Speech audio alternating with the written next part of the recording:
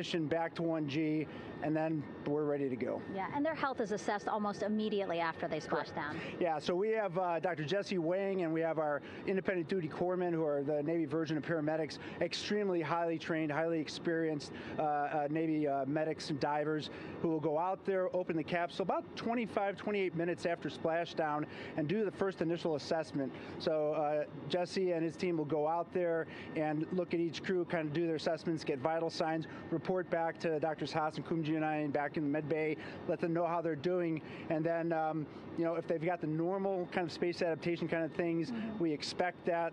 They're good to go on that. If anything, didn't go the way we want, they're all prepared for that as well. And Jesse and his team, I mean, this is their full-time job, taking care of, sailors and folks who might be injured. We don't expect any injuries, but coming back, going 25,000 miles an hour down to, 20, miles an hour is still a dynamic process. I've heard it described as, kind of like a car crash. And then the crew will be ready to go, and Jesse and his team will make that transition to get them out to the front porch, do assessments on them again, call it to our med bay, and then once we have that and they're all good to go and the crew's feeling okay, we'll hoist them up in the helos.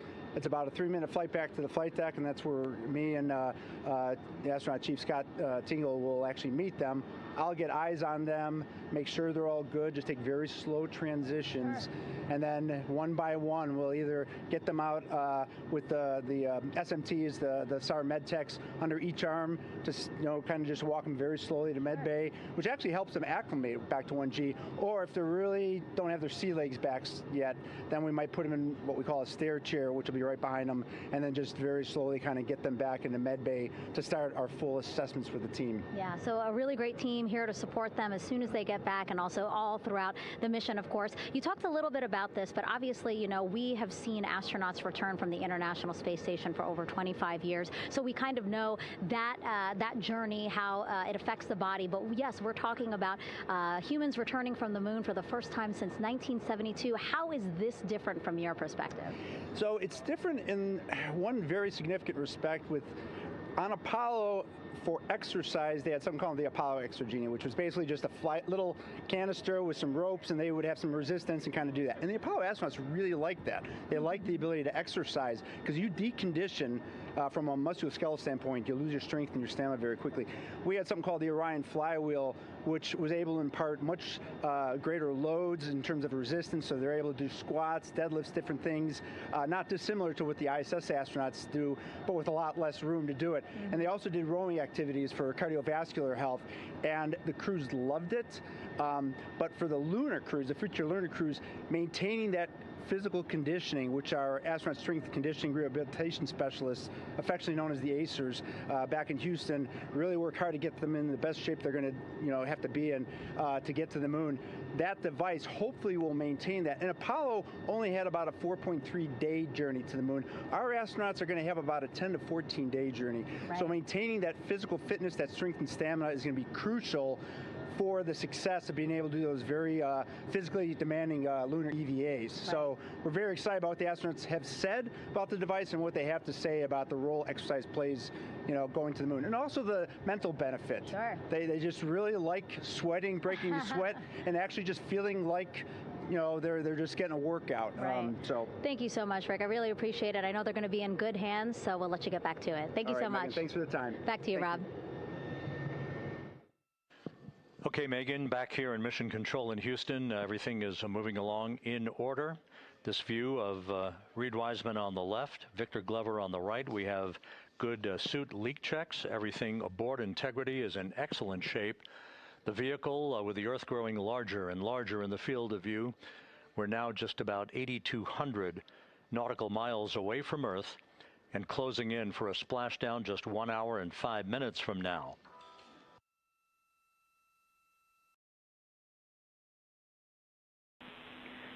Integrity, just under a minute till your GPS maneuver initiates, and both GPS units look eager to acquire. Outstanding. Seats 3 and 4 are working on seat strap in now. Houston copies. Once again, as we start to close in on some of the major milestones, the first one coming up in just 31 minutes. And Integrity, just confirming the LCG gas trap was able to be closed out. Affirmative. Copy. Crew module, service module separation scheduled just 31 minutes from now. The key point of interest, of course, will be the performance of Integrity's heat shield during its high-speed entry back into Earth and the peak heating that is expected around the spacecraft of some 4,000 to 5,000 degrees Fahrenheit.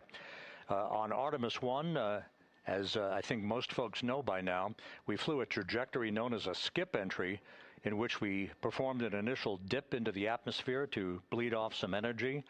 Then we skipped out of the atmosphere and dipped back into the atmosphere before splashing down in the Pacific. But after the mission was over with, we noticed unexpected liberation of some of the charring effects on the heat shield known as AVCOAT. Before the flight, we had an opportunity to sit down and talk with Entry Flight Director Rick Henfling to get a perspective on what this all means and how the mission was redesigned to try to protect Integrity's heat shield to a higher extent. Let's take a look at that interview. Returning from the moon is a lot different than deorbiting from low Earth orbit. When we return from the moon, we expect to achieve velocities upwards of 36,000 feet per second. And in order to slow down to a nice, graceful splashdown in the Pacific Ocean, the flight crew is going to experience between 3 and 4 times the force of Earth's gravity. On Artemis I, pressure buildup inside the char layer of the heat shield resulted in the char losses we saw. NASA established a Tiger team whose job was to investigate the cause of the problem and then make recommendations on how to fly the Artemis II mission safely and successfully. And so for Artemis II, we are going to fly a profile that ensures the spacecraft will not see that same type of pressure profile. And so the char losses seen on Artemis II will not be like the ones that we saw on Artemis I. Rick Henfling indicated that the orientation of the spacecraft and the shortening of the distance of transit to the splashdown zone from the point of entry interface when we reach the top of the Earth's atmosphere, which will be coming up at 6:53 and 30 seconds p.m. Central Time, should do the trick in minimizing the deleterious forces against that heat shield that were noticed on the Artemis I mission. And we think we see a beautiful sunrise over the west coast of Australia.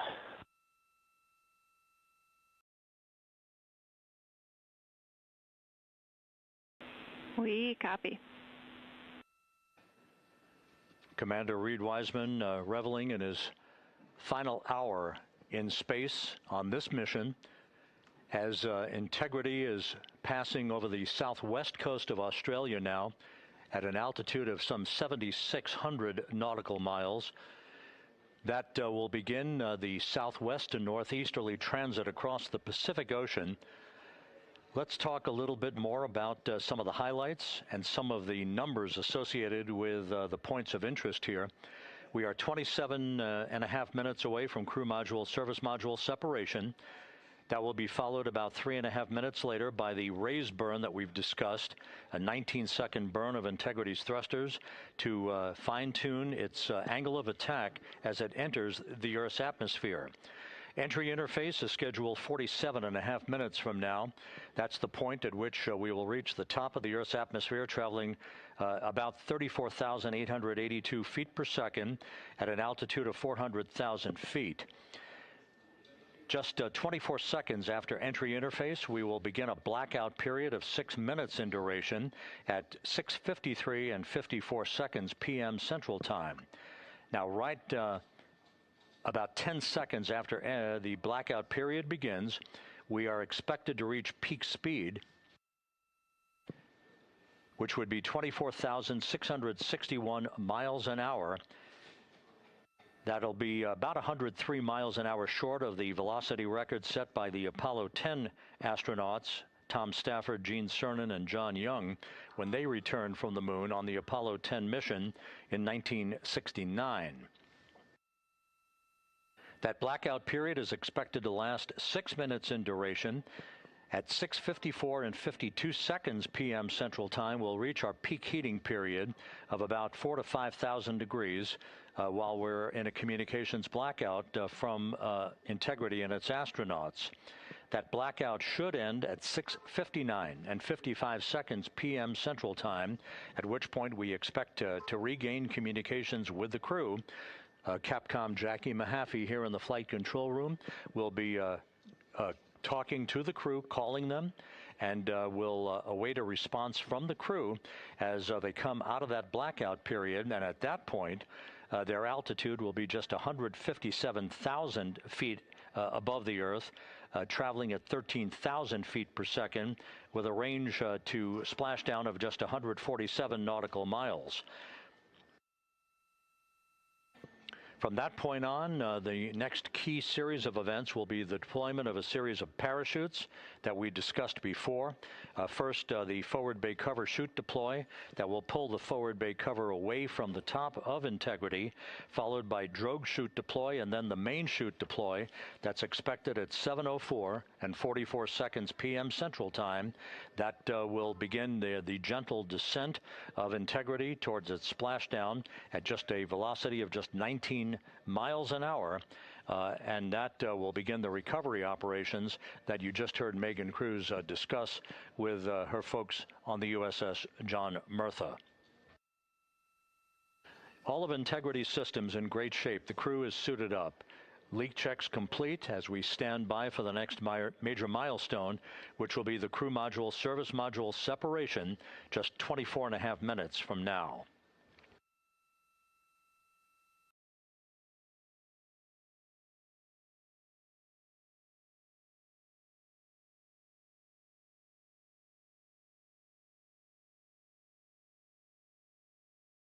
All of the activities from the start of entry interface to the point of splashdown will be quite rapid fire, just 13.5 minutes from the point at which we begin descent into the Earth's atmosphere till splashdown. And just to show you, as Rick Shearing, the flight surgeon, alluded to in his interview with Megan Cruz, all of this happens to decelerate the vehicle from traveling around Mach 33 to just 19 miles an hour at splashdown. All of that happening in just 13.5 minutes. But the vehicle and the parachutes are all designed to support all of that, so we'll be standing by to report all that to you in sequential fashion as these milestones are ticked off and as we hear from the crew during its entry back into the Earth's atmosphere, and ultimately when they emerge from the blackout period, and at that point we'll be just minutes away from splashdown.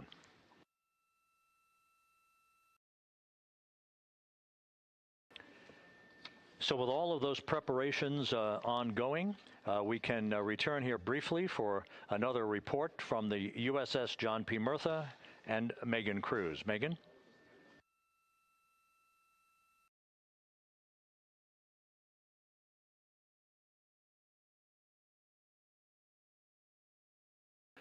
And we'll regain that communication with the USS John P. Murtha just momentarily. In the meantime, everything is on track aboard Integrity, the flight control team here in Houston, led by Entry Flight Director Rick Henfling.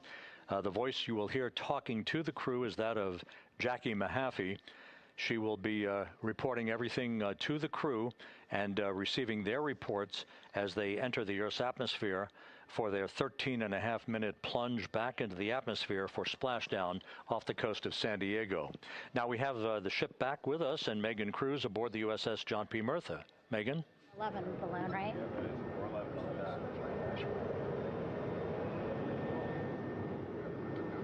Hey, Rob, yeah, the excitement is really building here on the ship. I'm watching right now one of the weather balloons being lofted up from the ship. Again, weather balloons, very important for us to make sure that we are tracking the right kind of weather and also the the data that's needed for what's called our Sasquatch team. Again, it's a team out of NASA that basically makes sure that the debris that comes off of Orion, again, some of those pieces of the parachute system, make sure that they don't fall on us here in the sea, and also our aerial assets, our folks in helicopters. So watching that float away right now. But with me right now is Captain Eric Kenny. He's the commanding officer of the John P. Murtha naval ship. Thank you so much for being here. There are so many moving parts that you have to keep an eye on. That's absolutely right, yeah. But first of all, on behalf of the crew of USS John P. Murtha, Megan, thanks for having me on today. Happy to tell you what we're doing, and excited to get the interview started. Yeah, absolutely. Why don't we actually take a look at the flight deck here? We'll start there. Basically, we also, while watching this weather balloon float away, we noticed all 4 helicopters leave the flight deck. We now have an empty flight deck. We had 2 imagery helos, as well as the 2 crew helicopters that will go recover the crew. This is just one of the many things that, again, our ship of 550 people, it's something that you oversee as commanding officer. Yeah, absolutely. Every commanding officer, I would say really every naval service member, our priority is always safety. And as the commanding officer, I take that as one of my primary roles here on board. Mission accomplishment is important, safety always. So my day really has, I would say my message to the crew has sort of changed over the past 24 hours. As we're leading up to today, we've been building up the excitement and motivating the team for the training that we've executed. But really over the past 24 hours, now I'm trying to get us to slow down a little bit. Trust our training, right? Don't believe all the hype. Don't believe everything that's going on. Just let's trust what we've done to get to this point, and if we do that, we'll be successful today. Mm-hmm. And also part of the big success is obviously the coordination between NASA and the U.S. military. How does it feel being able to support the human space program we have? Yeah, I mean, since 1959 with Mercury, Gemini, Apollo, the history between NASA and the Navy has been in lockstep. But like any other skill, if you don't practice it regularly, that skill atrophies. So we've had a few decades off from that. But, over the past 4 or 5 years, really with this ship over the past year, we've constantly trained and working for this moment right here. Building up the hype, but to get to this point today, to be able to trust all the training we've done. We've worked with, working with NASA, the Air Force, the medical team, dive team.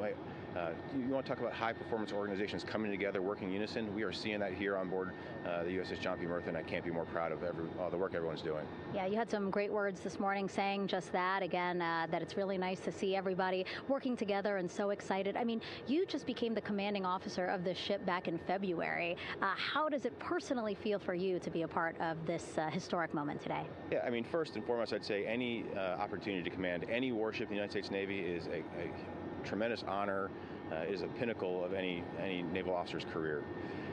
That being said, as my change of command was approaching, and I realized that Artemis was going to be in the window here, to say that I'm humbled and honored to be here is an understatement.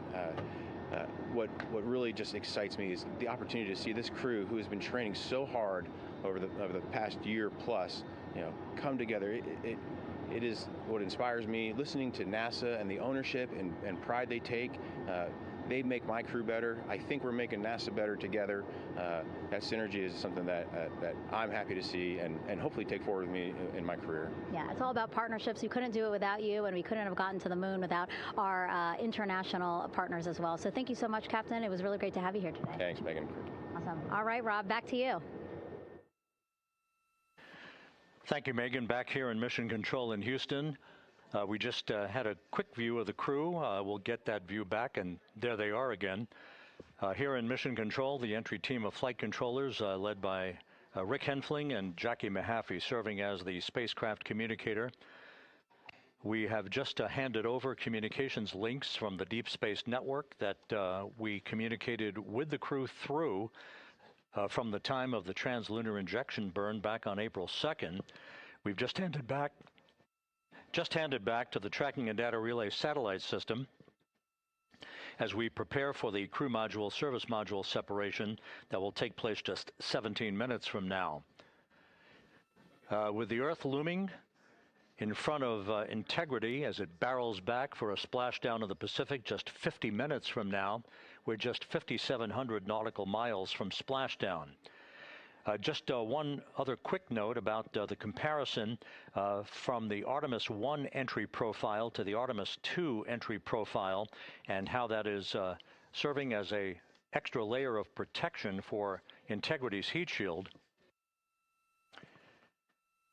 The Artemis I entry had an entry range of some 3,178 nautical miles, a very long downtrack and a very longer period of exposure to heat loads than we're experiencing tonight.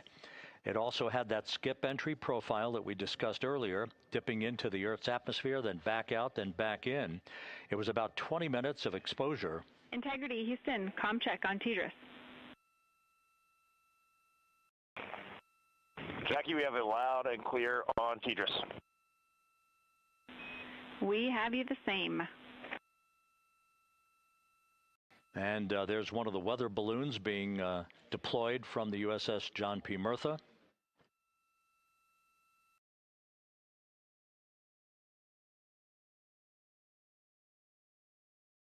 So the Artemis I entry had the vehicle. The update on GPS, we haven't seen it track in yet.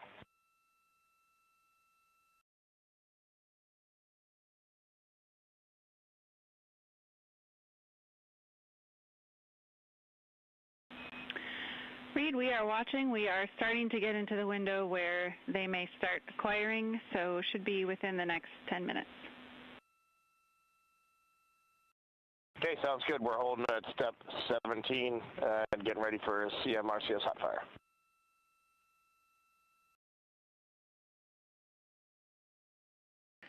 And that exchange indicating that we are expecting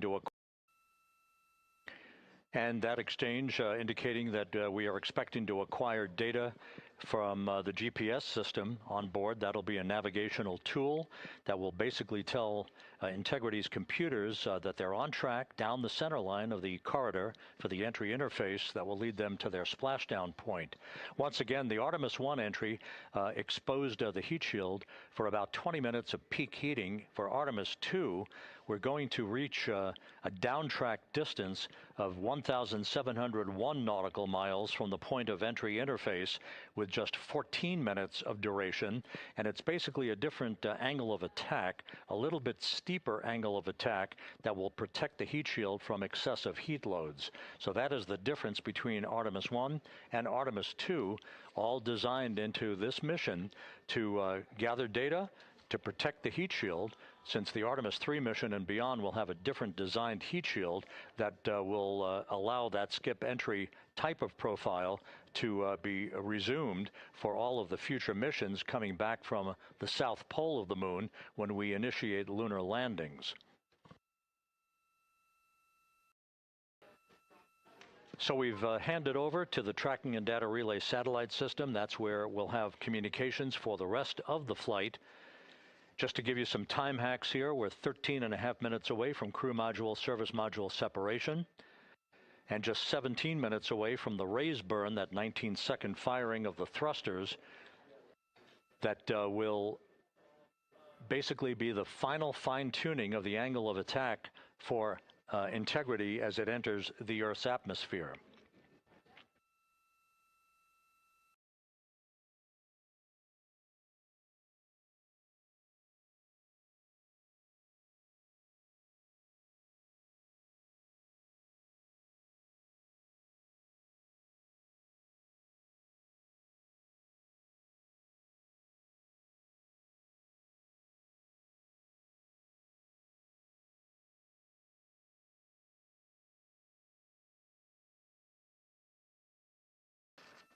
And once again, a dueling box view of some of the assets that are involved in recovery operations today.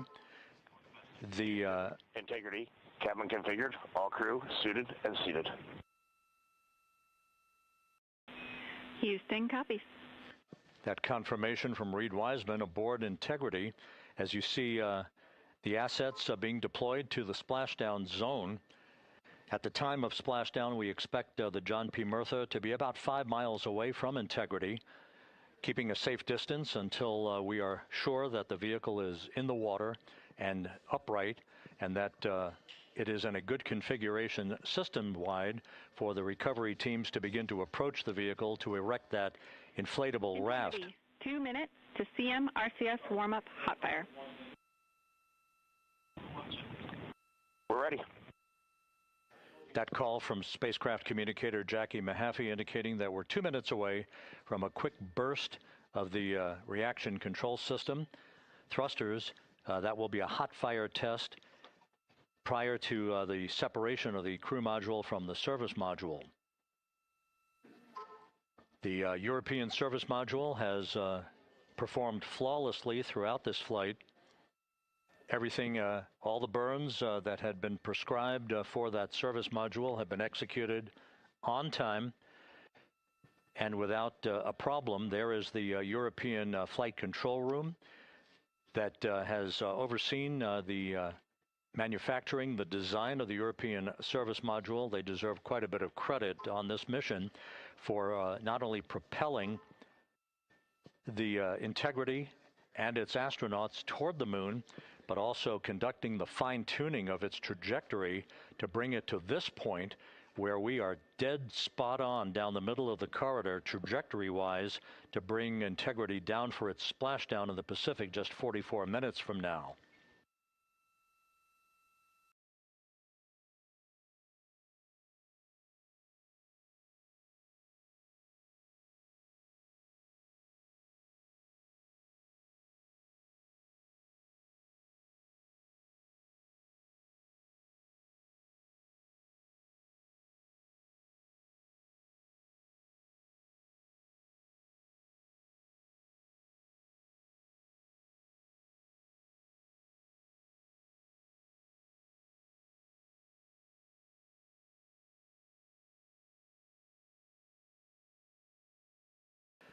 What you're looking at is a computer-generated visualization based on real-time telemetry from Integrity, currently traveling about 16,000 miles an hour.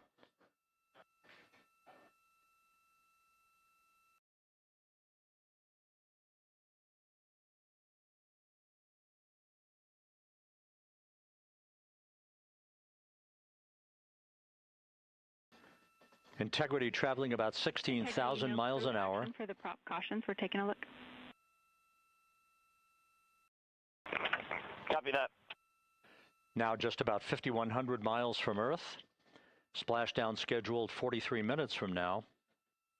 We're just 9.5 minutes away from the crew module service module separation.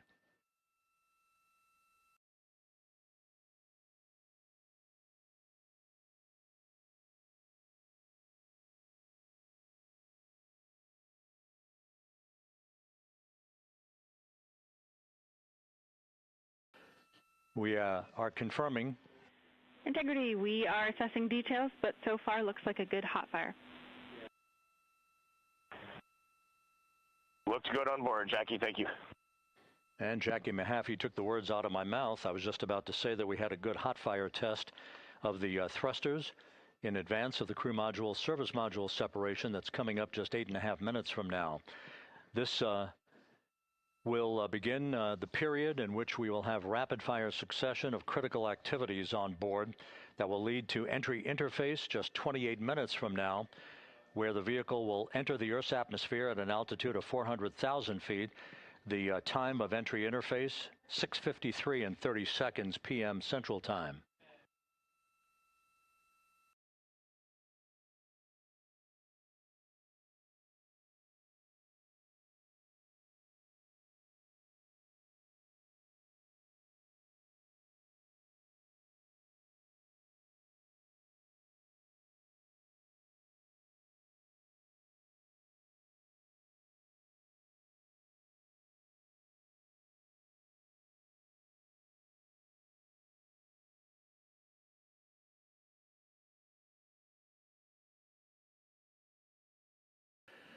Integrity's astronauts were awakened at mid-morning to begin their entry preparations. And propulsion officer now reports a good hot fire test in preparation for the crew module service module separation.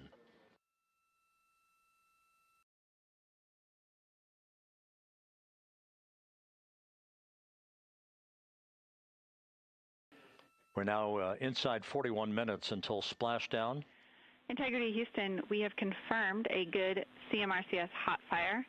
And although we are not seeing GPS acquired yet, you can skip the troubleshooting steps in 157 for now. Integrity copies.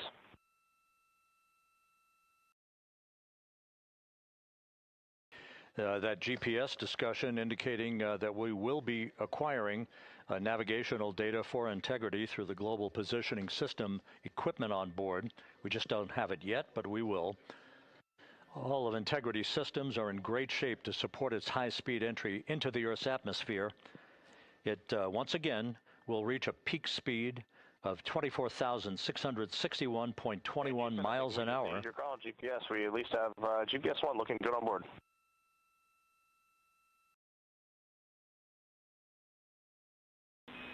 We are confirming.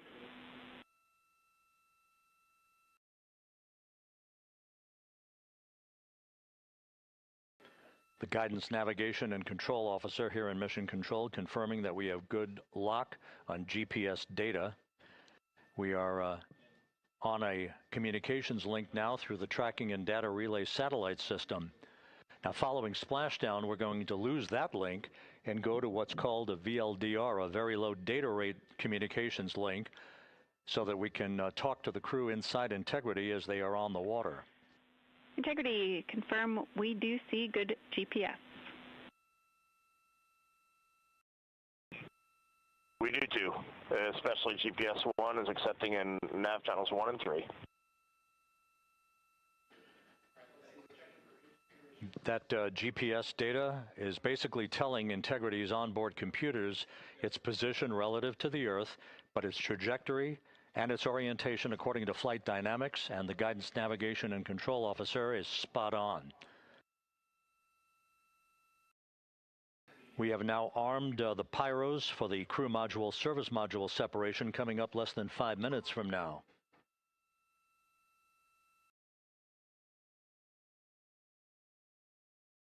Once again,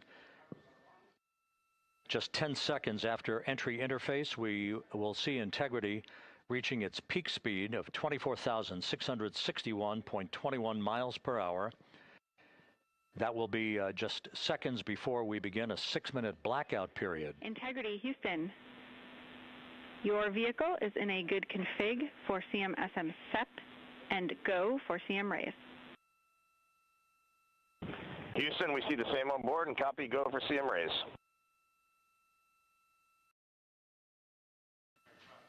That CM raise referred to as the slight firing of 19 seconds by Integrity's thrusters with a change in velocity of 9.9 feet per second, a slight nudge of the aft end of the vehicle so that it's tilted a bit upward, providing the final angle of attack as the vehicle enters the Earth's atmosphere.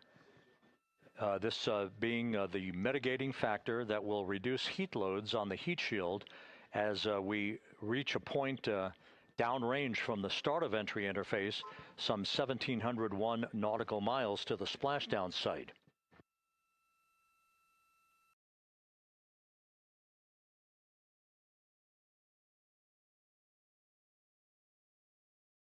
Integrity systems in excellent shape.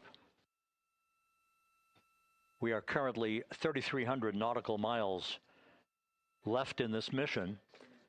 Splashdown scheduled 36 minutes, 39 seconds from now.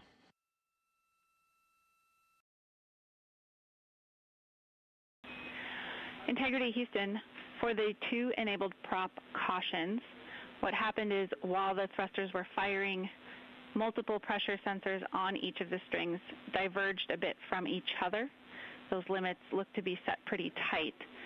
We think it could happen again when the thrusters fire in the future, so we are going to suppress those messages. We concur with suppress, not inhibit. Thank you.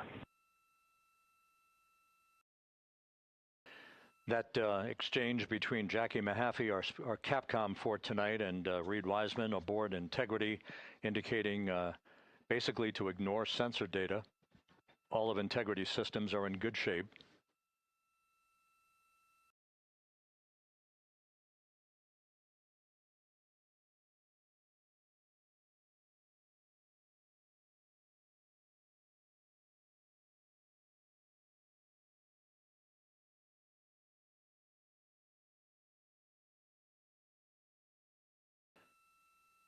Now, coming up on about 90 seconds till the crew module, service module separation.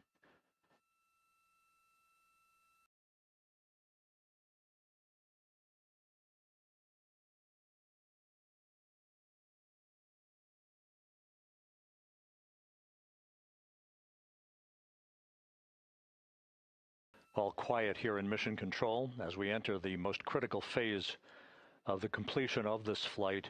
All of the preparatory activities leading up to the vehicle entering the Earth's atmosphere just 21 minutes from now.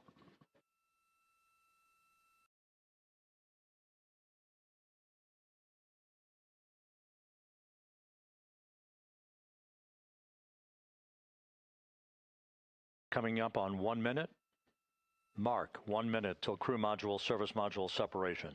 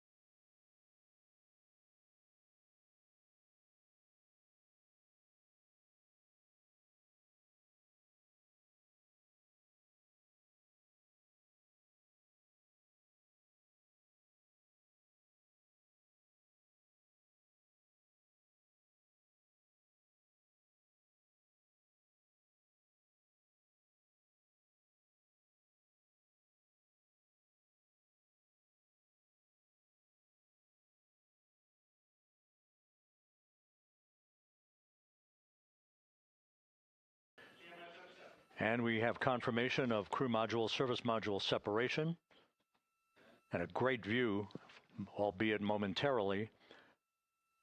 Houston, good step on board.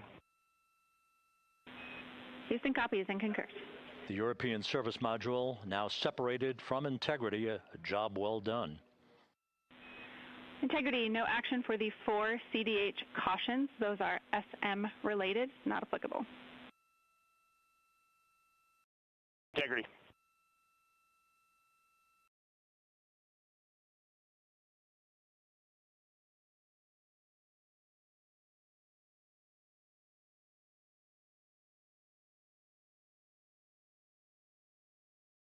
So, with Integrity now flying free on its own for the remaining 32 minutes of this mission. Next up, the raise burn, a 19-second firing of Integrity's thrusters. GPS 2.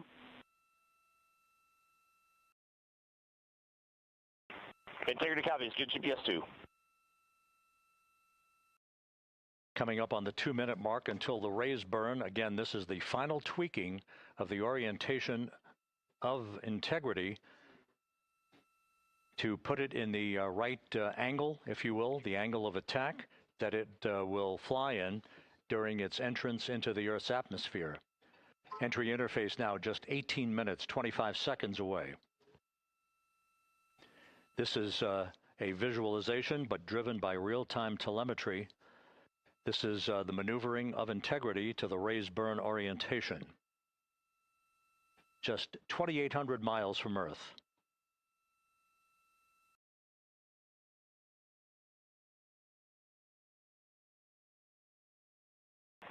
Houston, we got a great view of the European service module out the window with the sun hitting the side and the solar rays and the NASA worm right there. It's a beautiful looking machine. Roger.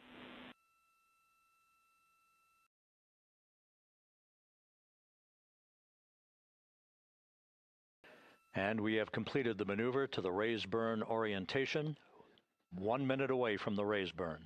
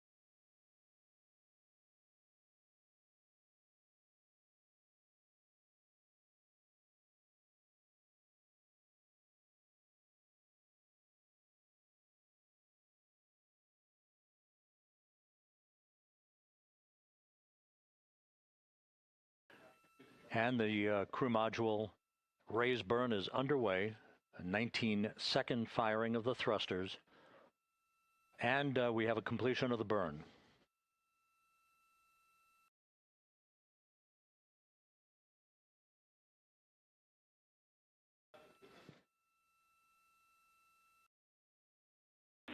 Integrity, good. CM raise burn. Your flight path angle is within limits.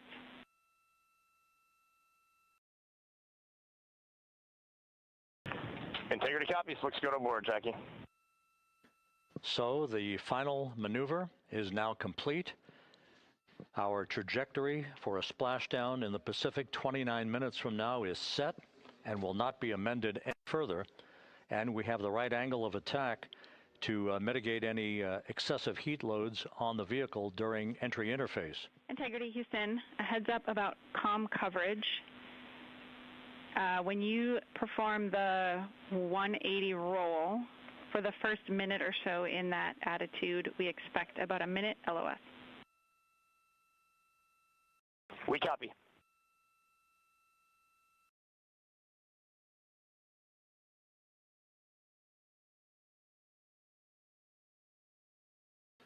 So for those who are watching the series of events coming up, we will enter the first traces of Earth's atmosphere 14 minutes, 45 seconds from now. 6:53 and 30 seconds is what is pegged for entry interface at an altitude of 400,000 feet, traveling at approximately 34,800 feet per second, range to touchdown or splashdown 1,701 nautical miles. 24 seconds after entry interface, we will enter a 6-minute blackout period in which we will lose communications with the crew. This is expected due to the buildup of plasma around the vehicle. That's an ionization effect due to the collision, if you will, of the velocity of the spacecraft with the friction of the Earth's atmosphere. That 6-minute blackout is expected to begin at 6:53 and 54 seconds p.m. Central Time. During that period of time, we will reach our peak speed of 24,661 miles per hour. That comes just short, based on unofficial data from the flight dynamics officer right now, will come just short of the velocity record set by Apollo 10 of 24,791 miles per hour in 1969. We expect peak heating on the vehicle at 6:54 and 52 seconds p.m. Central Time, a minute and 22 seconds into entry interface. At that point, we will be just 204,000 feet above the Earth, traveling at 33,000 feet per second. The blackout period is expected to last 6 minutes. We expect that blackout period to end at 6:59 and 55 seconds p.m. Central Time.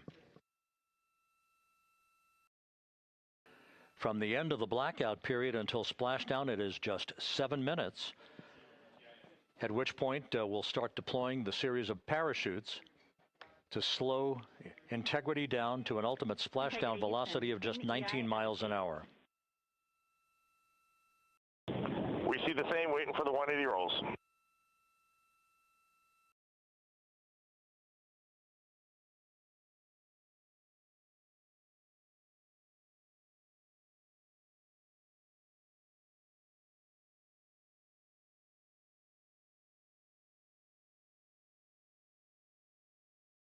The parachute deployment sequence, once again, will come in several segments, but in rapid fire succession. And we have a great view of the moon out window 2. Looks a little smaller than yesterday. Guess we'll have to go back.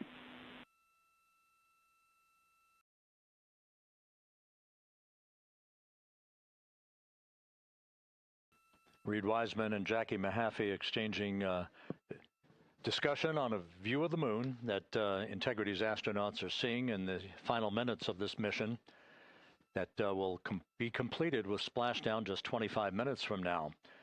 3 forward bay cover parachutes will be used to pull the forward bay cover off the top of the vehicle.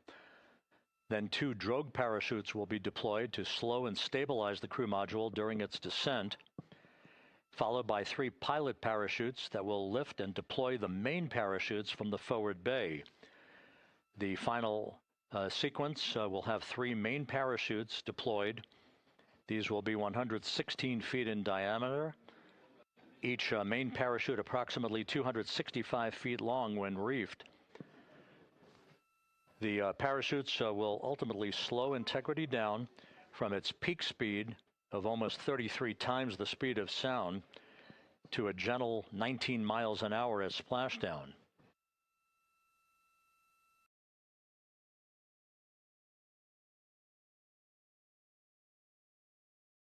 The vehicle is now currently in a roll to the proper attitude for entry interface. Our trajectory is right on according to flight dynamics.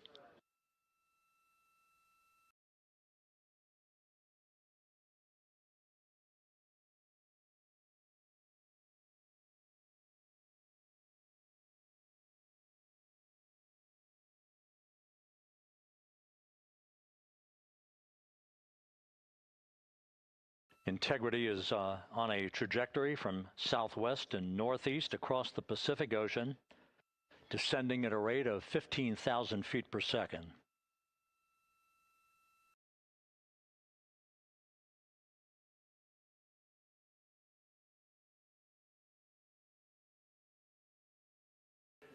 Range to touchdown 4,300 nautical miles, all the systems in excellent shape.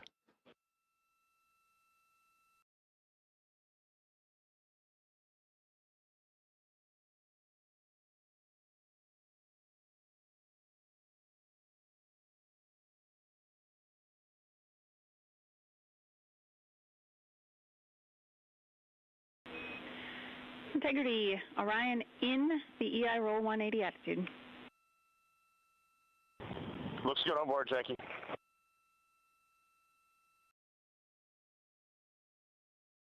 This view out of one of Integrity's windows. We had a call for 3 good baros. Those are barometric pressure sensors that feed altitude and rate of descent information to Integrity's computers that will trigger the parachute deployment sequence. We are less than 9 minutes away from entry interface, 22 minutes from splashdown.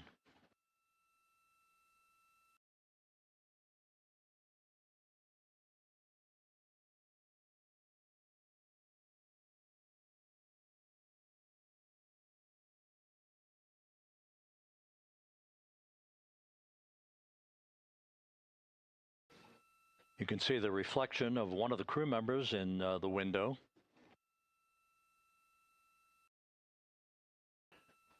Out in the Pacific, the weather conditions remain go.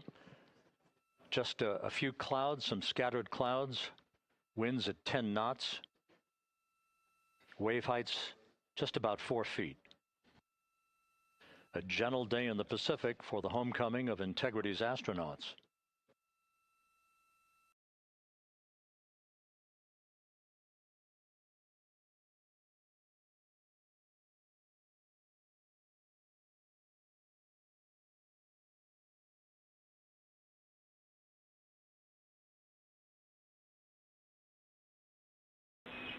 Integrity back in EI attitude.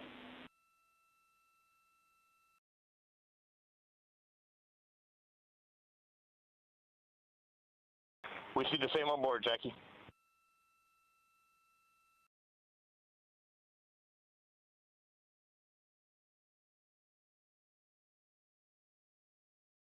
Houston, purge is complete. Crew and vehicle are configured for entry. Houston copies.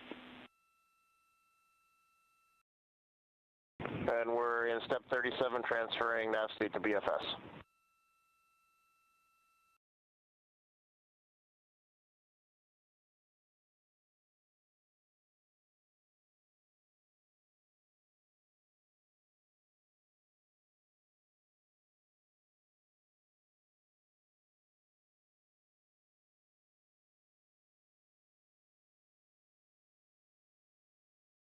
And Houston, in instruction 509, we are not below 0.2.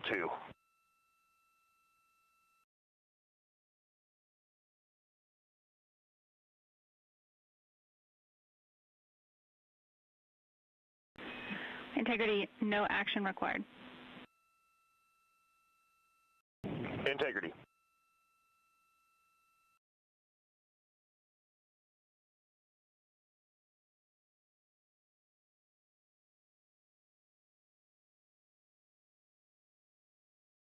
Now 6 minutes away from entry interface. We will hit the first traces of Earth's atmosphere at an altitude of 400,000 feet, traveling about 34,882 feet per second. Range to splashdown at that point will be 1,701 nautical miles.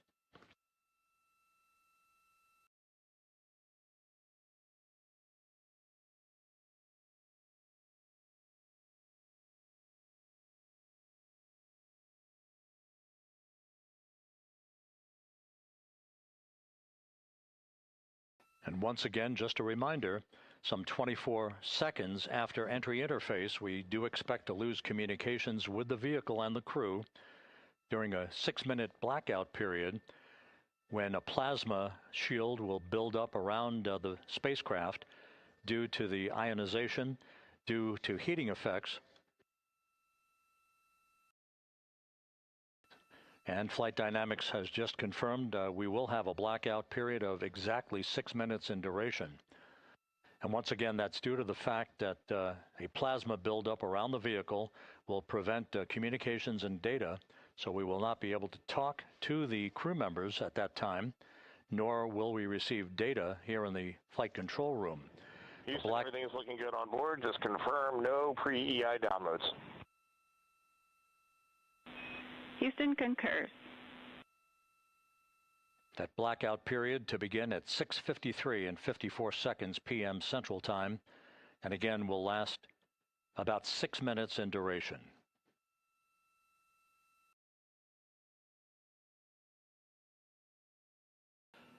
We're 4 minutes away from entry interface.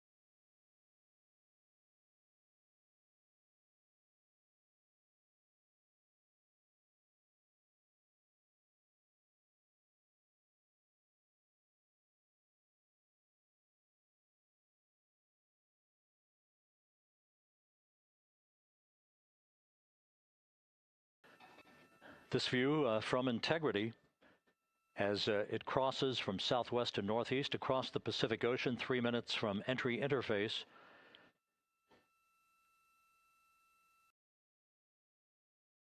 "16.5 minutes till splashdown."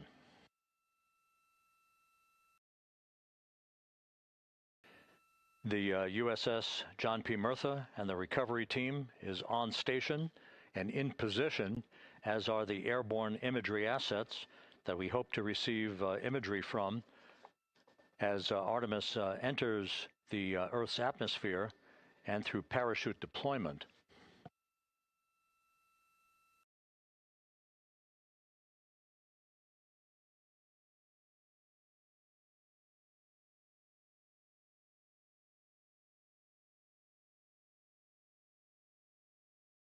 All of Integrity's systems are in great shape. The crew is ready to complete its mission just 15.5 minutes from now. All of the activities today have gone off in perfect fashion. No issues with the vehicle, no issues with the crew. And the weather at the splashdown site is go.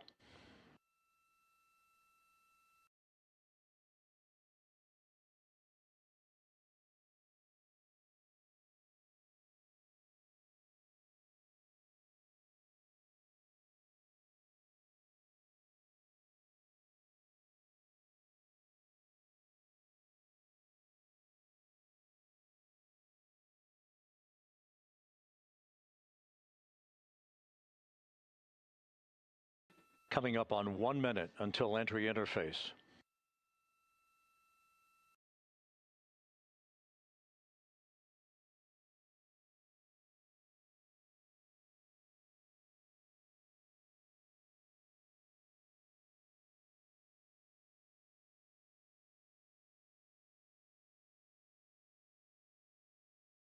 Mark, 1 minute until entry interface.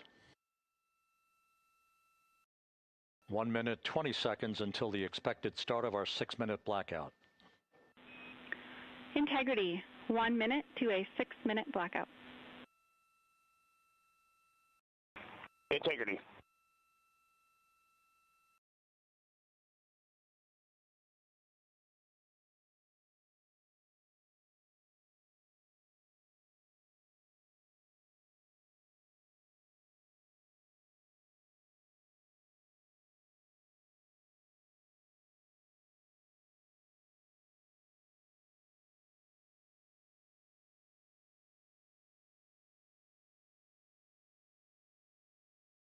Ten seconds till entry interface.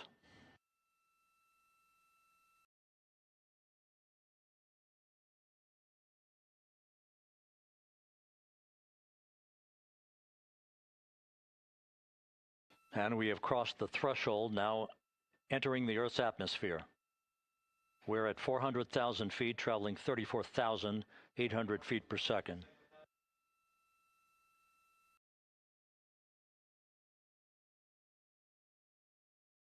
Time to splash down, 13 minutes, 10 seconds.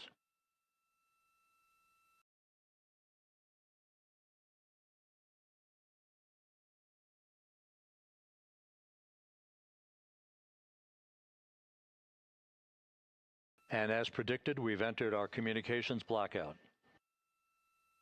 This will be a 6-minute blackout period. No voice, no data from the crew.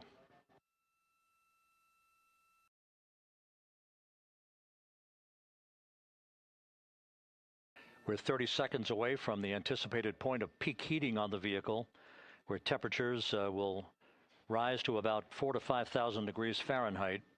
This is the true test of our trajectory.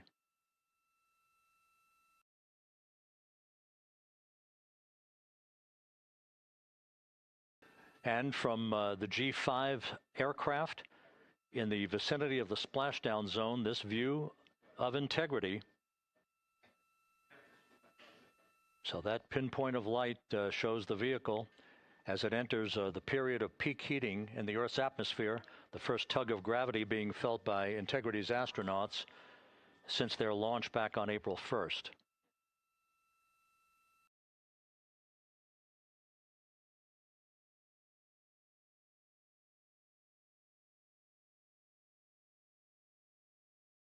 Four and a half minutes until the end of the blackout period.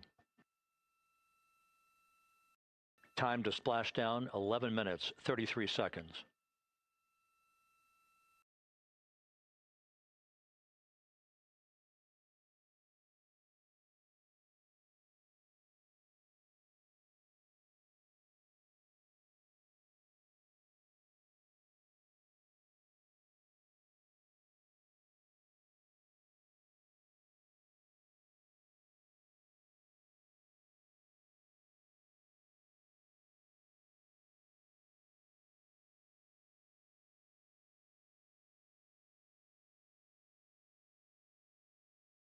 The landing and support officer reports that the P3 has acquisition on Integrity.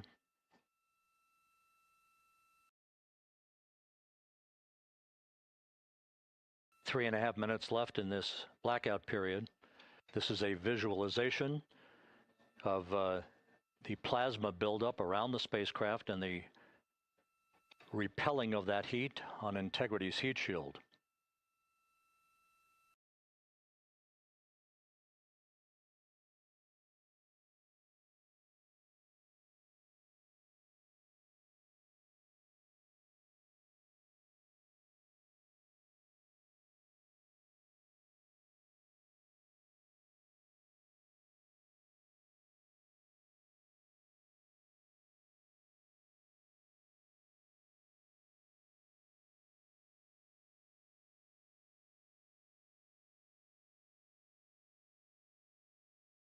Flight Dynamics reports that airborne assets in the vicinity of the splashdown zone do have a visual on Integrity.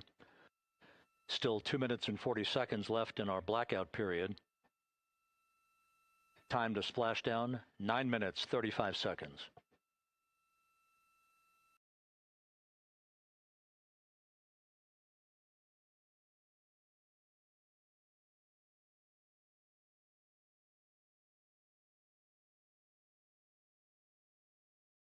Multiple airborne assets as part of the recovery team all have visuals on integrity.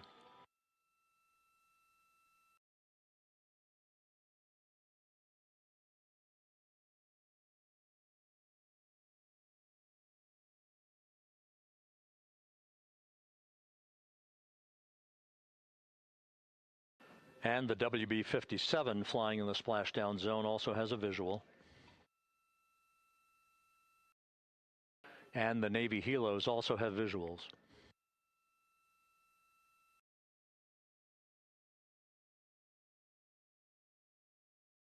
We're still in the blackout period. Still do not have communications from the crew.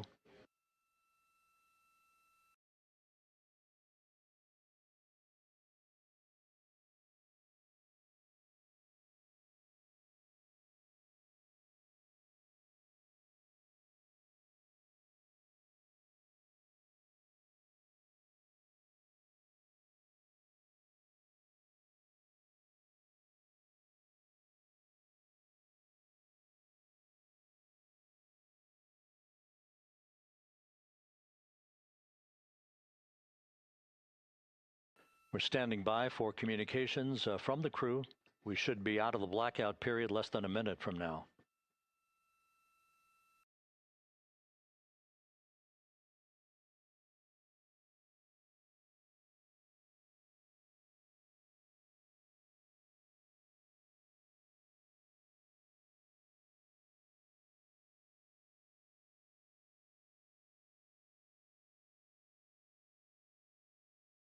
We are now processing data from integrity.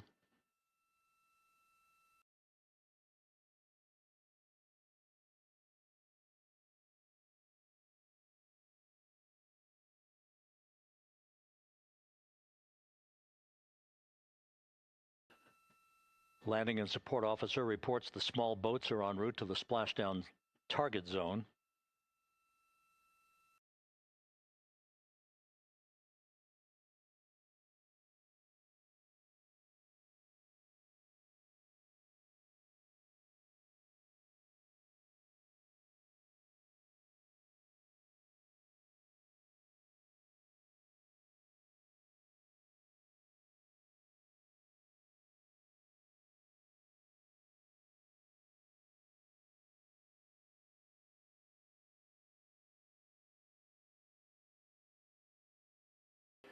Passing through 150,000 feet, our trajectory is perfect.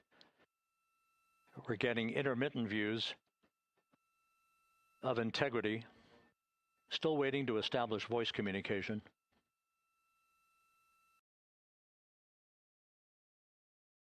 Integrity, Houston, comm check, post-blackout.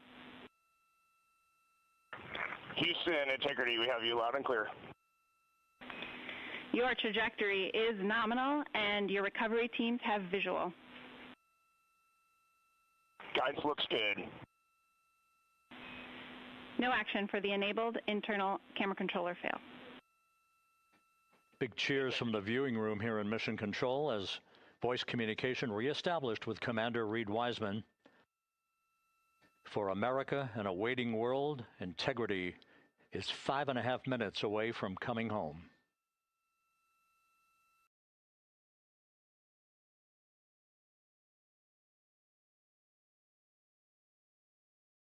Passing 100,000 feet now. Range to splashdown 19 nautical miles.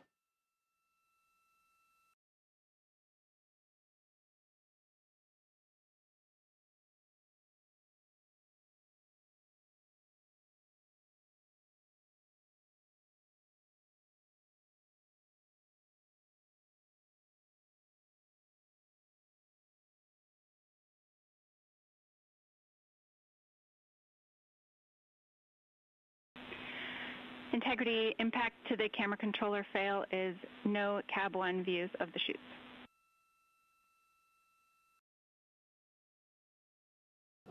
Integrity. We're processing good data through the GPS system.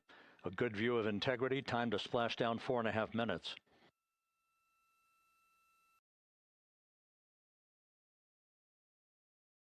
And a view of integrity from the WB-57. We're at 50,000 feet.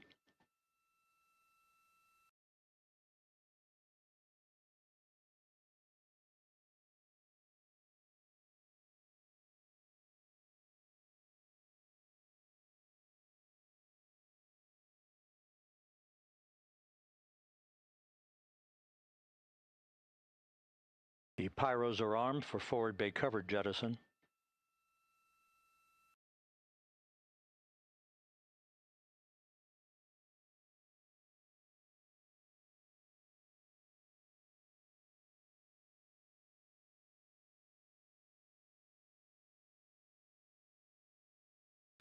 And there go the first series of parachutes. And we're on drogues. And Houston, we're visual 2 drogues out the window. 2 good drogue shoots. Next up. We copy, we see them. Next up, the deployment of pilot parachutes that will pull the main chutes out. Time to splash down 3 minutes and 10 seconds.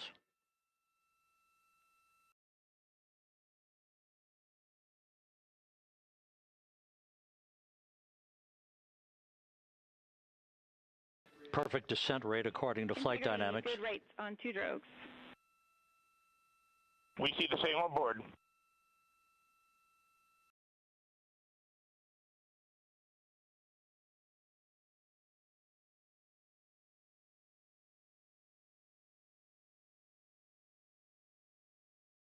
Passing through 10,000 feet, still on drogues.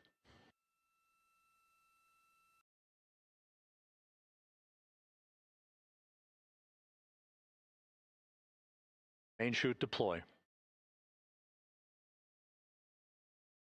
We're at 5,000 feet.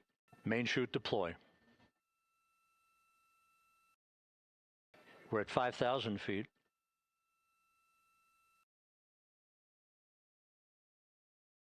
Search and recovery beacon has been activated on integrity. And we have 3 good main chutes. Good 3 main chutes, good reefing, good descent rate. Good rates, and we see 3 good-looking parachutes.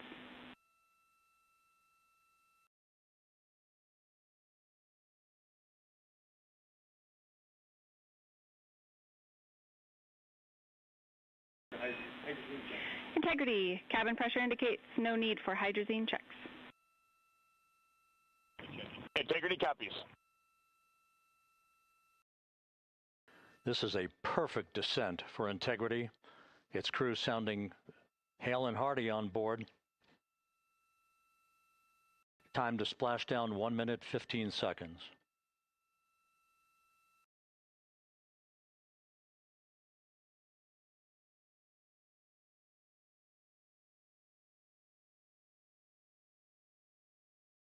Integrity about to complete a journey spanning 694,481 miles from its launch from the Kennedy Space Center back on April 1st, and a trip around the moon.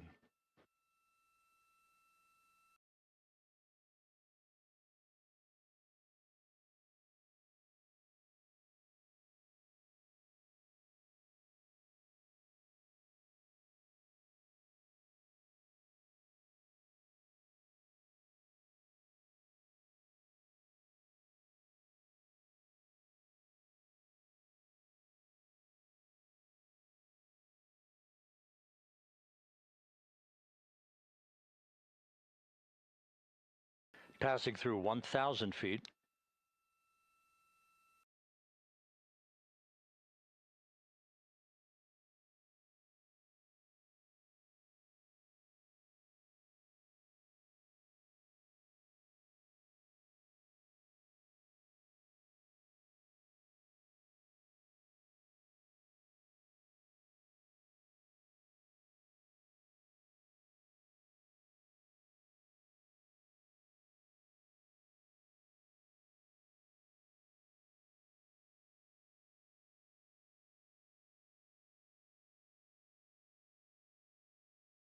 Houston Integrity, splashdown, sending post-landing command now.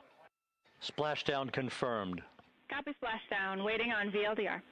Splashdown confirmed at 7:07 p.m. Central Time, 5:07 p.m. Pacific Time. From the pages of Jules Verne to a modern-day mission to the moon, a new chapter of the exploration of our celestial neighbor is complete. Integrity's astronauts back on Earth.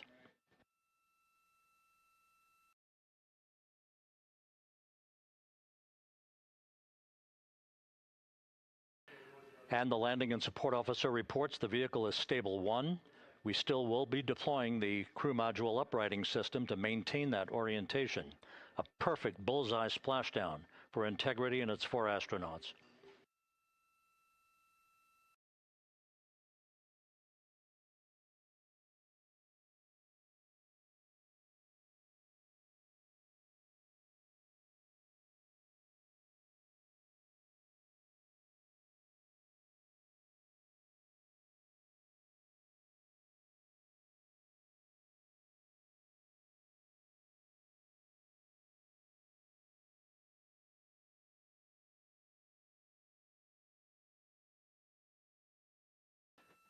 The unofficial splashdown time, 7:07 and 47 seconds p.m. Central Time. We'll get that refined for you.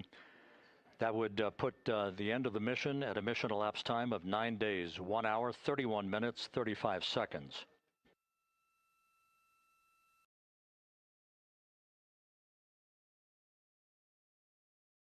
And we're configuring for very low data rate.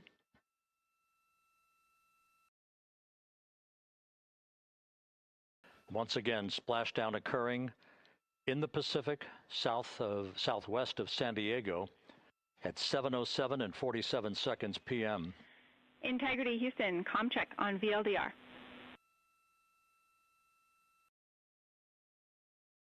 Houston, we have you loud and clear on VLDR. How else?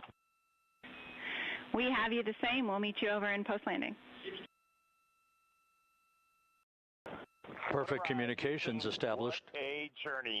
We are stable 1, 4 green crew members. Houston copies all. Reed Wiseman reporting 4 green crew members. That is not their complexion.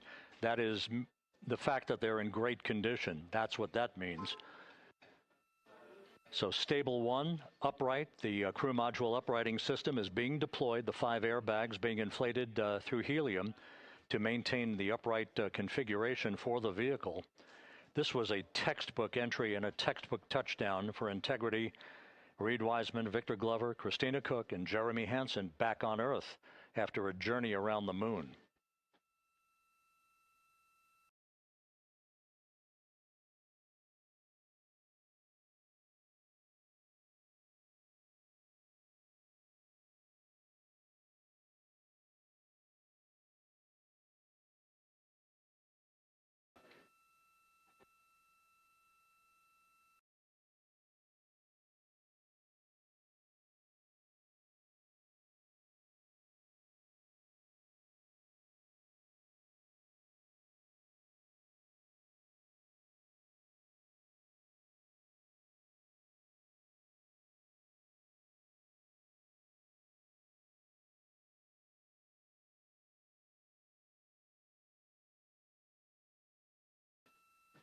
We continue to monitor the functioning of the CMOOS system. The airbags are being inflated to maintain a stable 1 or upright configuration. And there's a good view from one of the naval helicopters hovering overhead. Reed Wiseman reporting 4 green crew members, meaning they're all in excellent shape.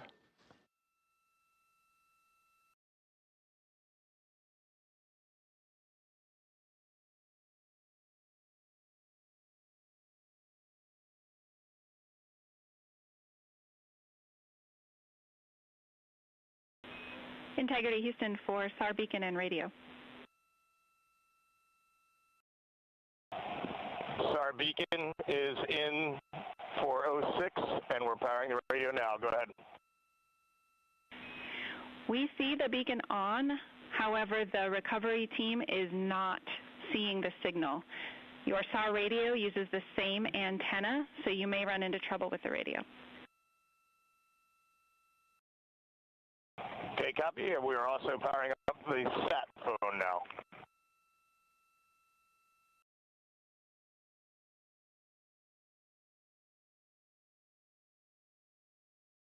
So Integrity is in great shape, and as the crew continues its post-splashdown timelined activities on board, Reed Wiseman once again reporting that all 4 crew members are in excellent shape. And we have 5 inflated airbags to maintain an upright configuration so that the recovery team can now begin a slow approach to the vehicle. Meanwhile, here in the flight control room, Entry Flight Director Rick Henfling is polling his team of flight controllers for the start of powering down the vehicle after a thorough systems check.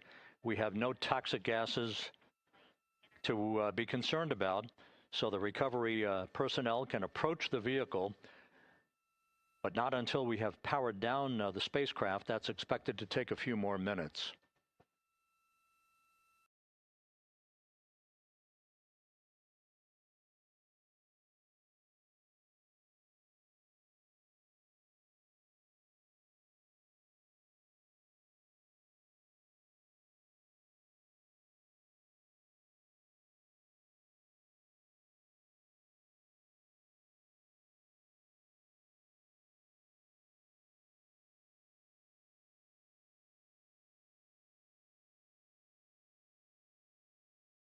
Integrity back on Earth following its historic flyby of the moon. It was, for all intents and purposes, a textbook mission. On 28, but I'll remain on this frequency.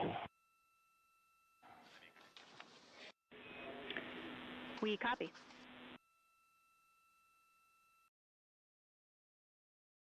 Reed Wiseman indicating some trouble with the SARSAT phone on board.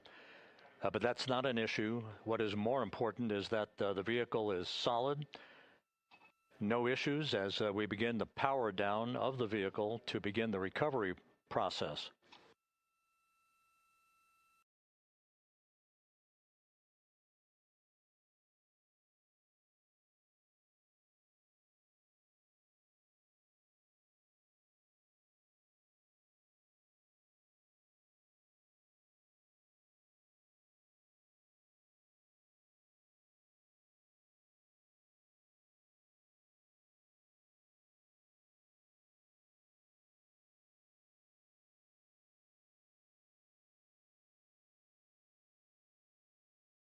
The propulsion officer here in Mission Control reports that we have safed the prop system on Integrity. Can you say again? That was very weak and broken.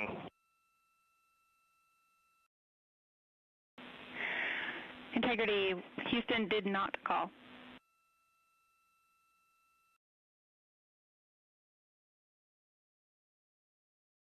Copy that, Houston. It might have been on the SAR radio. Stand by.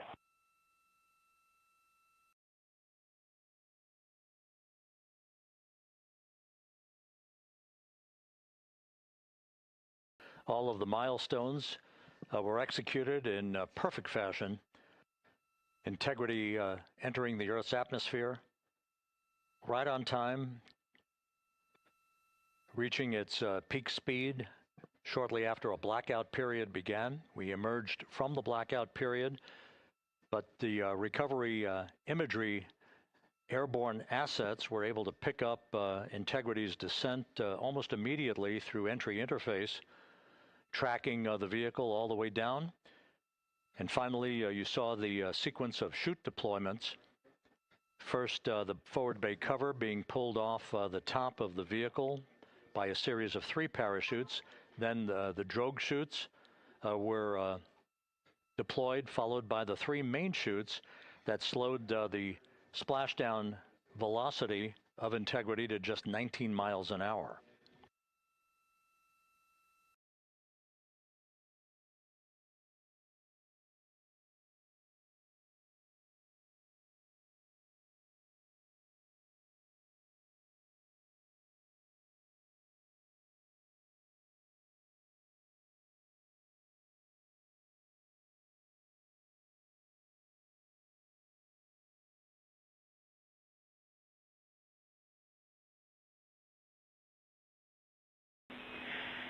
Integrity Houston, with no joy on SAR and SAT phone, we'd like you to command an additional 15 minutes for a total of 30-minute power down delay.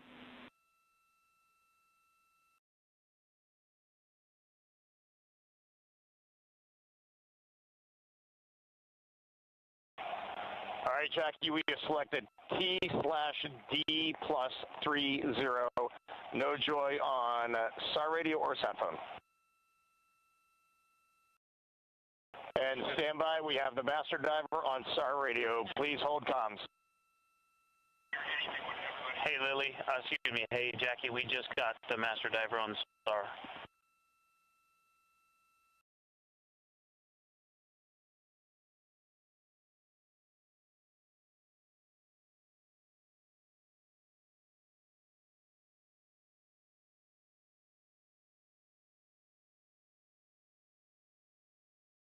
A good view of one of the fast boats. Integrity Houston, if you are happy with your comm with master diver, you can go back to the 15-minute power down. Okay, stand by. Yeah, we'll confirm here in a second. The crew on board Integrity coordinating with the flight control team in Houston here in Mission Control on the timing of the power down of the vehicle, which will be the precursor to the recovery teams approaching the spacecraft. There are no issues with Integrity. We've had a bit of broken capability in establishing a SARSAT or satellite phone communications capability between the crew on board Integrity and the recovery team. That will get sorted out here shortly. There's plenty of cooling on board Integrity, so there's no rush to begin the power down. I'm trying to call you on the sat phone and not getting an answer there either. Concur, we haven't had anything come through.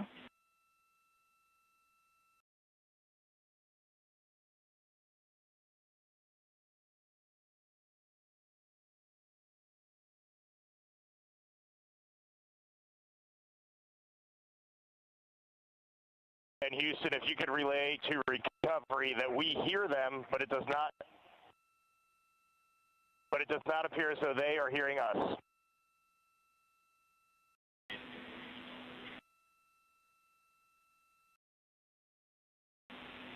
Houston copies, and Reed, just to confirm, you are pushing the PTT on the radio.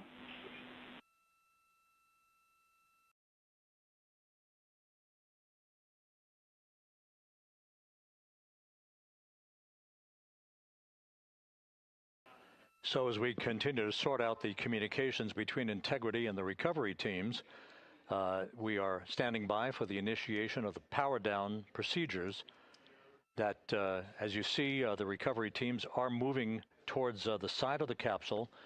The next major event will be the erection of that large inflatable raft called the front porch.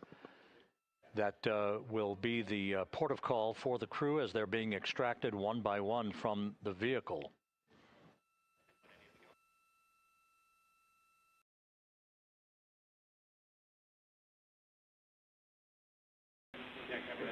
Integrity Houston, for sat phone, we are going to attempt to call you.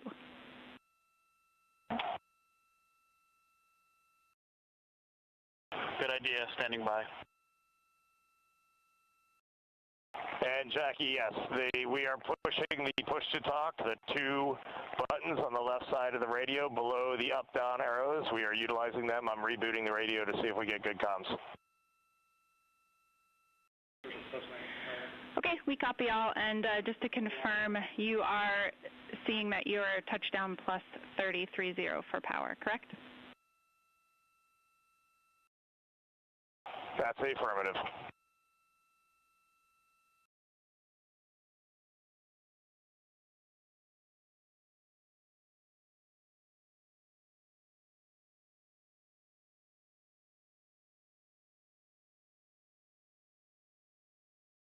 We are trying a backdoor approach to have Mission Control here call the crew on their satellite phone. This all part of the coordination for the power down of the vehicle that will initiate the actual recovery operation.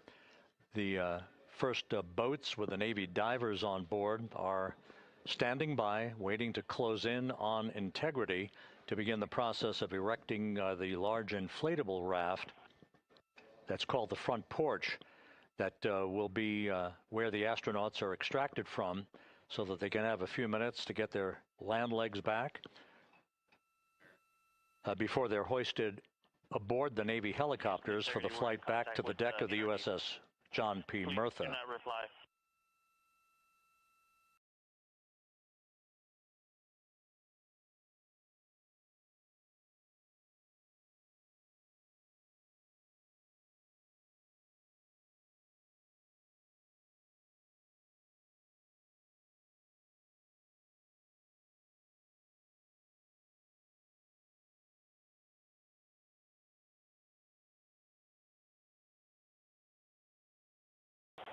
And Houston, please don't reply. NRD, very weak,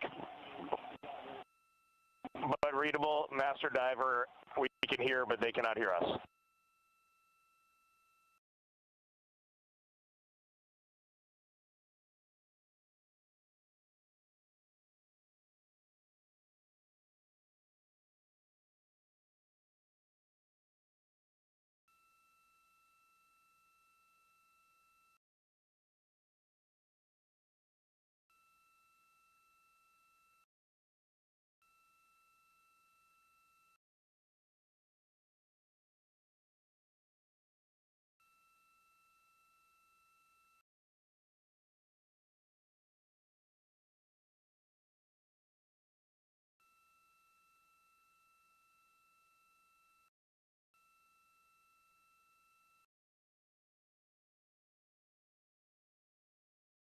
And Houston on OE1, is there any chance to tie us into NRD?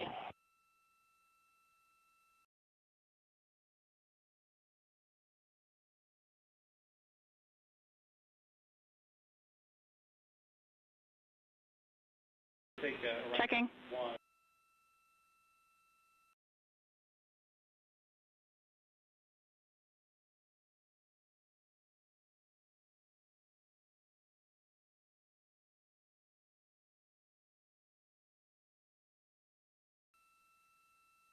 This is Mission Control, Houston.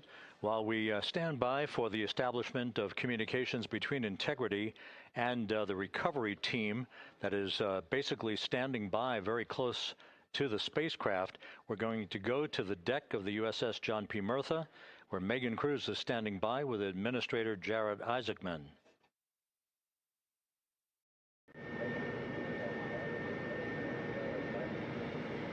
Hey, Rob, yeah, just such an honor to be able to be here on the ship, to be able to share and experience this moment with everyone together. And of course, as you just said, yes, here with NASA Administrator Jared Isaacman. Administrator, how did you feel getting to witness this and seeing NASA at its best? Oh, I mean, I'm honestly, I'm still at a loss for words. I mean, you know, like the childhood Jared right now can't believe what I just saw. I mean, almost been waiting my whole lifetime to see this, and then it's NASA Administrator. I just couldn't be more proud of the entire workforce, the years, the effort, the late nights, all the hard work from across the country that contributed to this incredible moment right now. And yeah, incredibly grateful too for our teams here on the John P. Murtha right now. Yeah, look at them behind us here. Got everybody. Hey, what do you guys think? We just brought some astronauts back from the moon, huh? Unbelievable. Thank you. Yeah, so grateful to the Navy, the sailors that are here, the NASA teams. I mean, this is a joint effort that's on their way right now. These recovery forces are getting out to our Orion spacecraft, to Integrity, get our astronauts back on the ship safely. Yeah, and this is not just an accomplishment for NASA. This is an accomplishment for humanity. Again, a historic mission to the moon and back. How does this make you feel, and what do you hope people take away from this?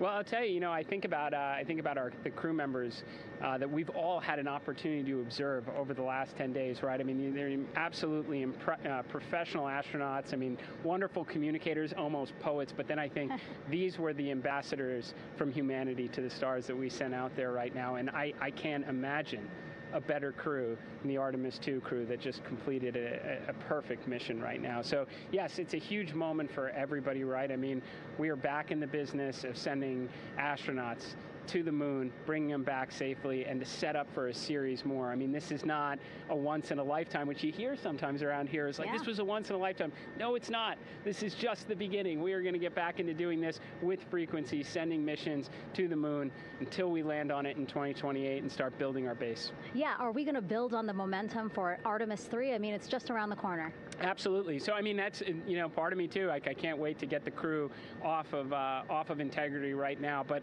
also getting Integrity back on this ship so we can start taking a look at it, because all that data is so precious to us right now. I mean, we are going to definitely want to take a good look at the thermal protection system. We're going to want to download all the data they couldn't transmit back to us and use that to inform Artemis III. But we're already making progress, right? You had SRB segments already showing up at KSC. Core stage for Artemis III is rolling out on April 20th.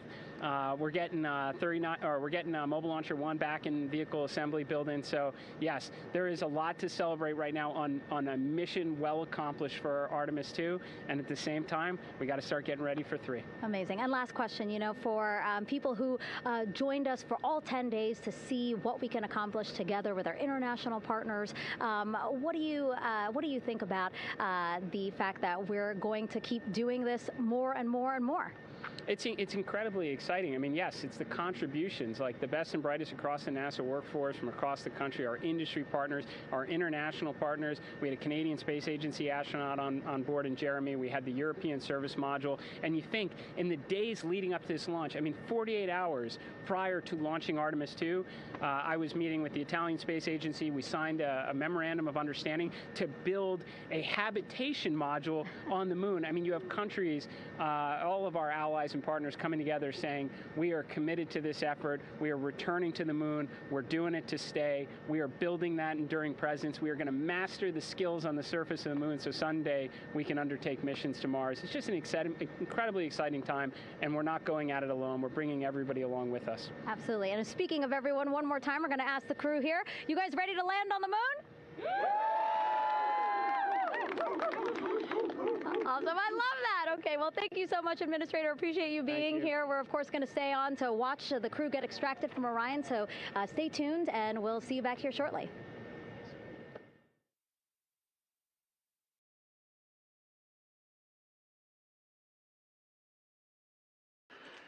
Thank you, Megan, and thank you, Administrator Isaacman. We are in the process of working to establish that communications link and to establish the procedures that will lead to the power down of the spacecraft, which is gently bobbing in the Pacific following a bullseye touchdown that occurred at 7:07 p.m. Central Time, 5:07 p.m. Pacific Time, 2.5 hours before sunset in the Pacific southwest of San Diego. We have once again heard from the crew during that interview opportunity with the administrator, and we have 4 healthy crew members on board.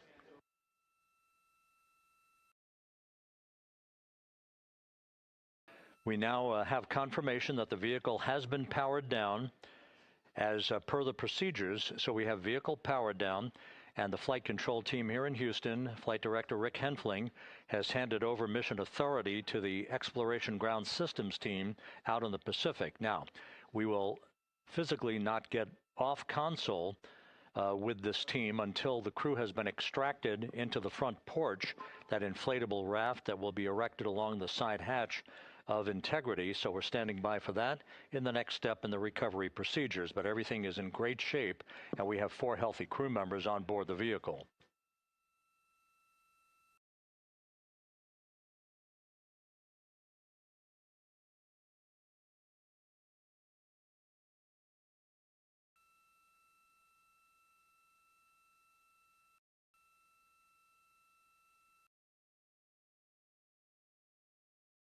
All of the entry events went by the book, no issues, perfect trajectory for Integrity that was culminated with one final raise burn to improve the angle of attack for the vehicle as it entered the Earth's atmosphere. All of that flight dynamics computation worked like a charm.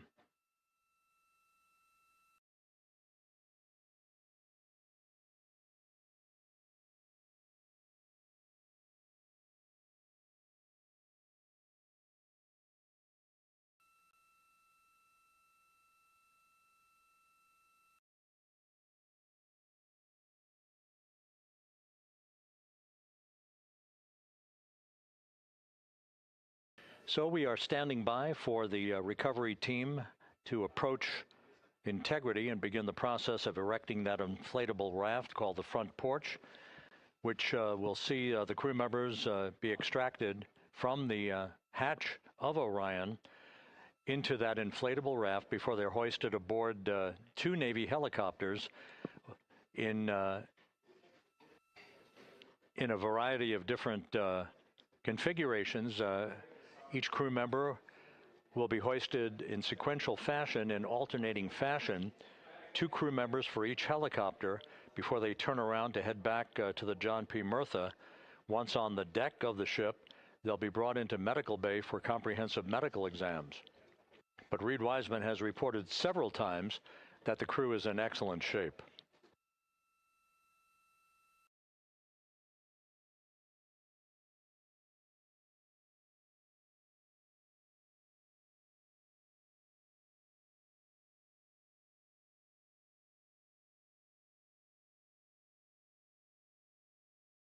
So just to recap, it has been some 26.5 minutes since the splashdown of Integrity in the Pacific.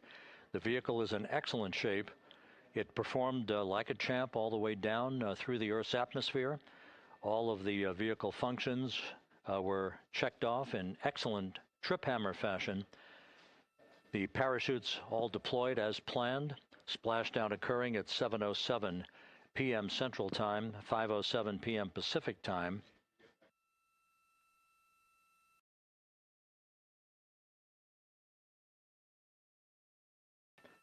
And after a bit of a tussle to try to establish a communications link with the recovery team, we were finally able to run through the procedures for the powering down of the vehicle.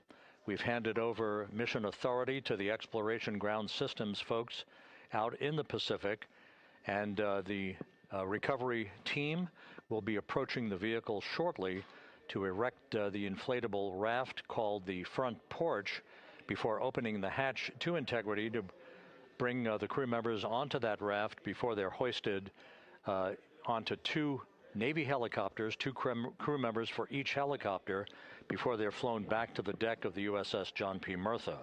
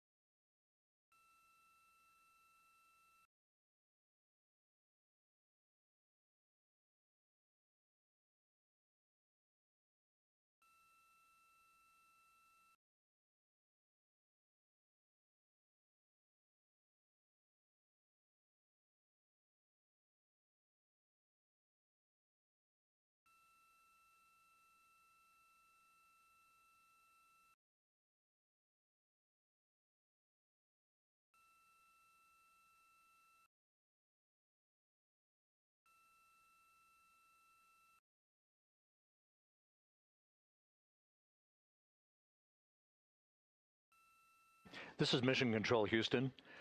After talking to the flight dynamics folks, we have a bit of a refinement on the splashdown time for you. Their computation shows a splashdown time of 7:07 and 27 seconds p.m. Central Time, 7:07 and 27 seconds p.m. Central Time.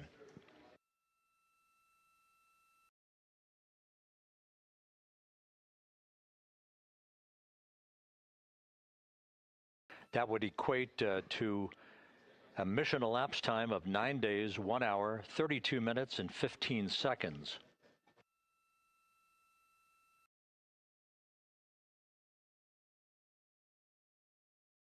Once again, from Flight Dynamics, a splashdown time of 7:07 and 27 seconds p.m. Central Time. That would equate to a mission elapsed time of 9 days, 1 hour, 32 minutes, and 15 seconds.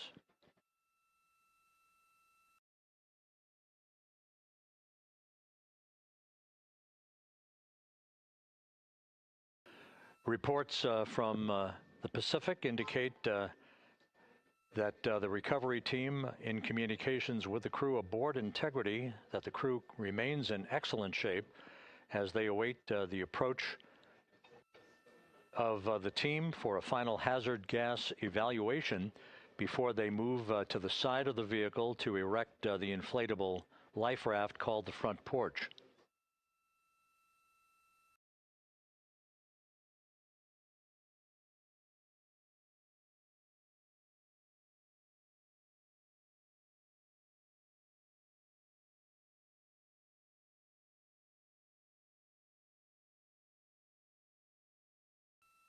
Again, no issues with Integrity. The vehicle is powered down.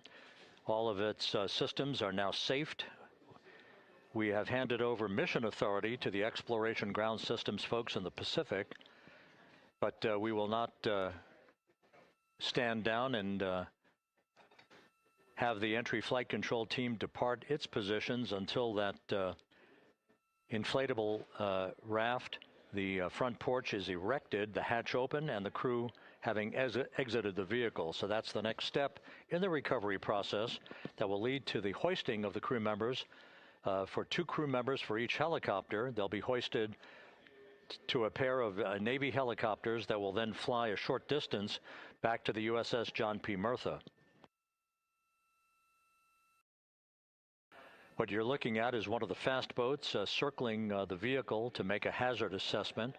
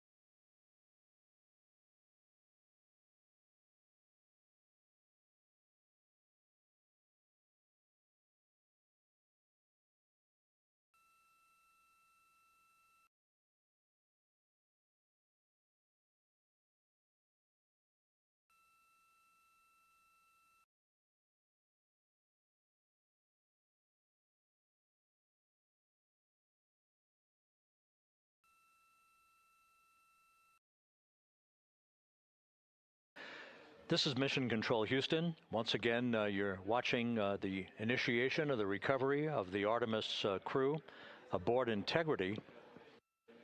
All of the Navy divers and the fast boats are now approaching the spacecraft after conducting a hazard assessment. The vehicle has been powered down. Entry Flight Director Rick Henfling now waiting for the life raft, the front porch, to be erected along the side of the vehicle so that the hatch can be opened and the crew members extracted from Integrity, soon to be hoisted one by one into a pair of Navy helicopters for a short flight back to the deck of the USS John P. Murtha. If you missed it earlier, we talked to Flight Dynamics and received a more official touchdown time or splashdown time, as it were, of 7:07 and 27 seconds p.m. Central Time, 5:07 and 27 seconds p.m. Pacific Time. That would equate to a mission elapsed time of 9 days, 1 hour, 32 minutes, and 15 seconds.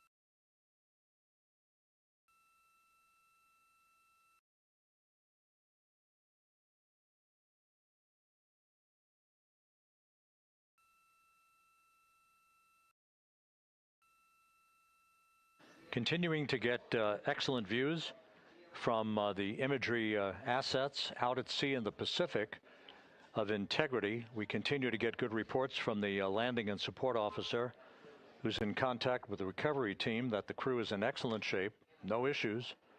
They're just currently biding their time, waiting for the front porch to be erected. We have no hazardous hazard gases and no hazardous situation with the vehicle. It performed perfectly all the way down from entry interface to its splashdown in the Pacific at 7:07 and 27 seconds p.m. Central Time. And as you can see, the first phalanx of recovery personnel now pulling up alongside of Integrity.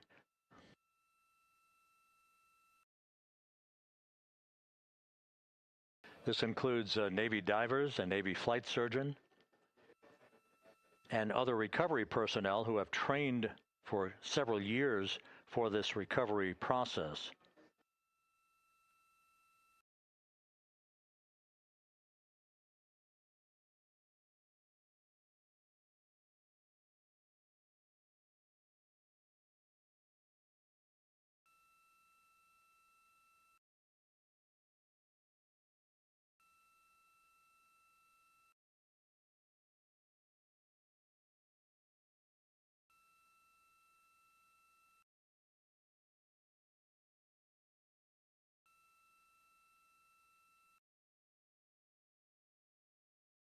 At this hour, some 41 minutes following splashdown, the vehicle has been powered down. There's no hazardous gas emanating from the vehicle. That's why the first team of recovery personnel has been able to pull alongside Integrity.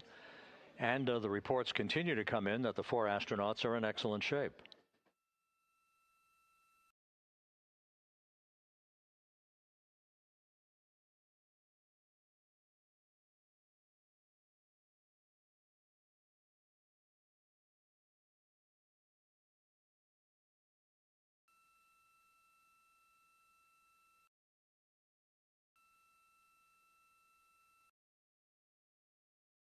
Yes.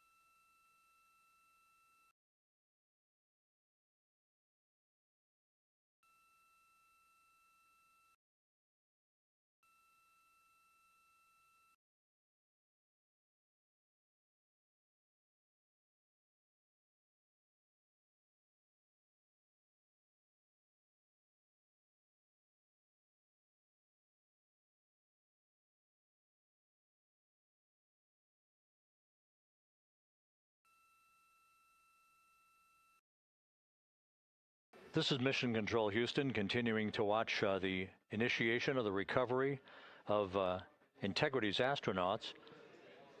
One by one, they'll be brought out of the spacecraft onto a large inflatable raft just a short time from now. In the meantime, we can go back to the USS John P. Murtha, where my colleague Megan Cruz is standing by to provide her situation report. Megan, can you hear us?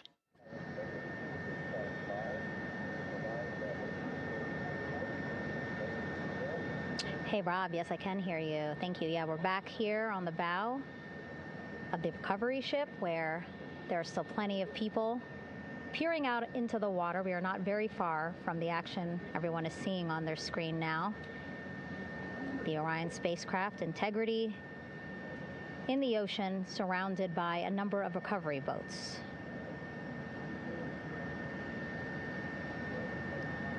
As Rob has been saying, in those recovery boats, NASA and Navy personnel specifically trained to get the astronauts out of Orion.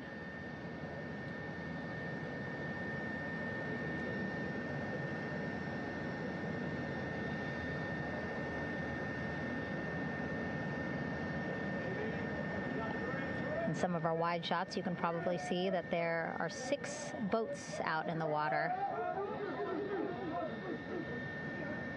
More than 40 people out in the water right now on those boats.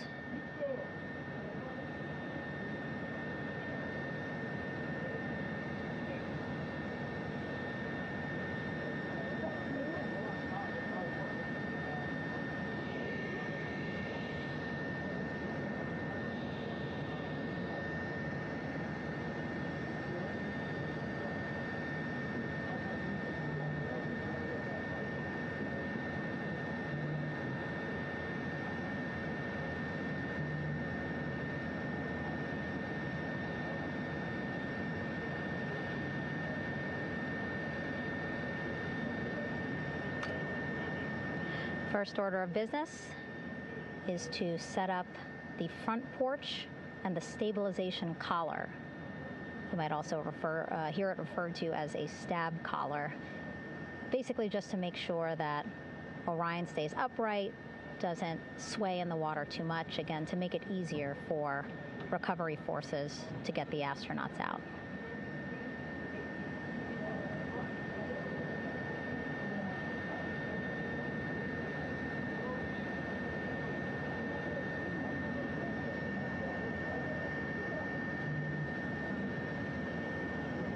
Again, we splashed down to the Pacific Ocean just after 5 p.m. Pacific time here. It's a requirement by NASA to be able to get the crew out of Orion within 2 hours of splashdown. So doing great on time so far. Plenty of time. No rush either. I was speaking to NASA flight surgeon Rick Schuring earlier in this broadcast, and he said to me, no rush to get the crew out. Just want to make sure that they're feeling good. And whenever they're ready to take their step out of Orion and onto that large raft, the front porch, folks will be ready.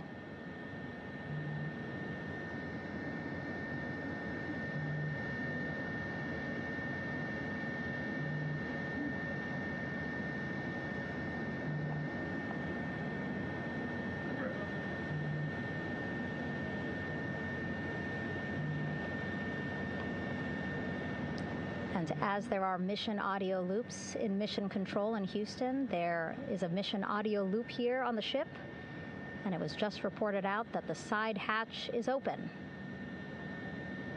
Side hatch of Integrity is open. You're getting these beautiful shots from our aerial assets. The ship itself, where I'm on, just 3,000 yards away. Again, plenty of people on the boat here, glued to the side closest to where they can see all this action. And again, with just 3,000 yards separating us, great views from the bow here. You can see now that side hatch is open. One of the Navy personnel is about to get inside there.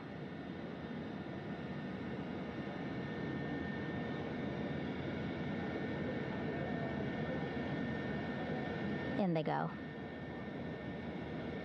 In total, 4 will go into Orion. So it'll be a little bit of a tight squeeze, but the goal is to have a recovery personnel with each astronaut assessing them.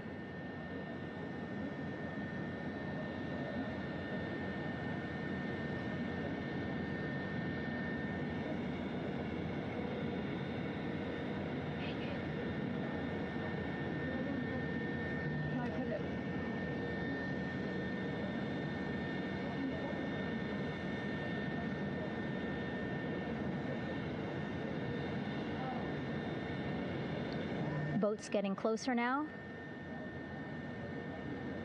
Again, that one that's right up against Orion, those are the divers that will go in to the spacecraft to check on each of the astronauts. These other boats will begin doing a number of things, putting on that stabilization collar onto Orion, building that front porch.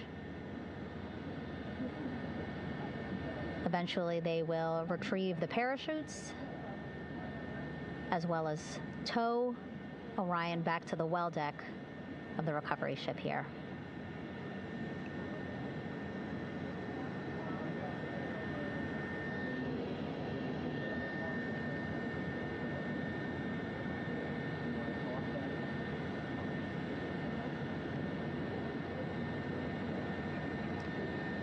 And so as we wait for the Navy and NASA personnel to get their assessment of the crew inside of Orion, why don't we toss it back to Rob for an update?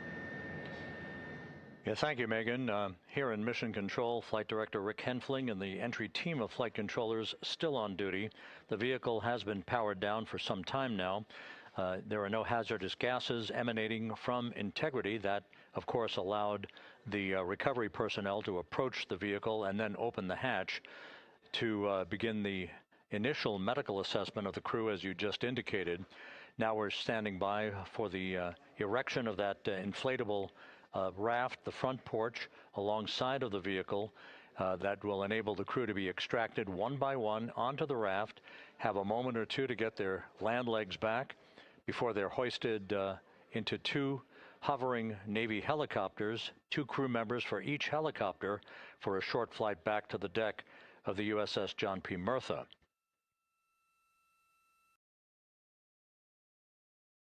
All of Integrity's systems operated flawlessly throughout the course of the approach to the Earth, the entry into the Earth's atmosphere, and all of the key milestones that followed in this high-speed return to Earth for Integrity, a mission that spanned more than 694,000 miles from the vehicle's launch from the Kennedy Space Center atop the Space Launch System back on April 1st.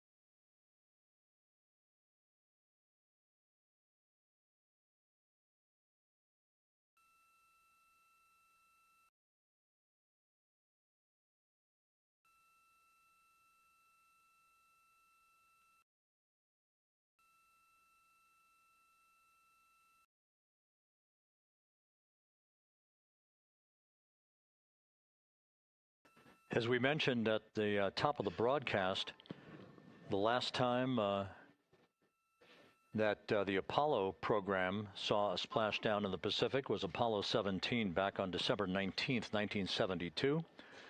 So for the first time in some 53 and a half years, we have reenacted that with the arrival of Integrity's astronauts as they flew around the moon in that historic lunar flyby that began with a trans-lunar injection burn that took them out of Earth orbit following 24 hours of a high Earth orbit trajectory.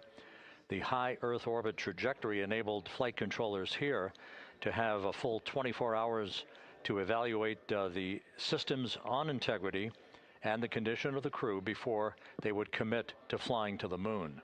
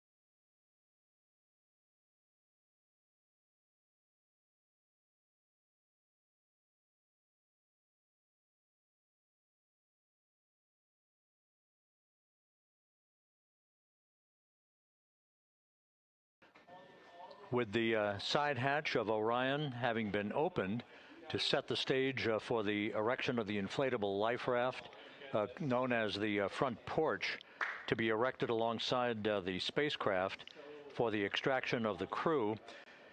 Let's play for you an interview that my colleague Megan Cruz conducted on the USS John P. Murtha with Navy diver First Class David McMahon that explains how this process is unfolding. Okay, Davey, so you and some of your team, one last look over of the stabilization collar, correct? Yes, ma'am. Okay, so what is this stabilization collar? This is what's going to stabilize the capsule out there in the ocean. We don't know how good the weather or the waves will be that day, so this will help prevent any unnecessary occurrences from happening, stabilizing the capsule and the astronauts inside. So basically this is a float that will go around Orion. I'm assuming that what they're doing right now, these are the lines that will attach the collar onto Orion? That is correct. And so what are they doing here? So we've got the lower line that will secure the inflation device before we inflate it. That gives us the go-ahead that it's secure in its space, and then we'll inflate it. And then once that is done, we'll undo all the carabiners and get this orange line on top tied in the same fashion.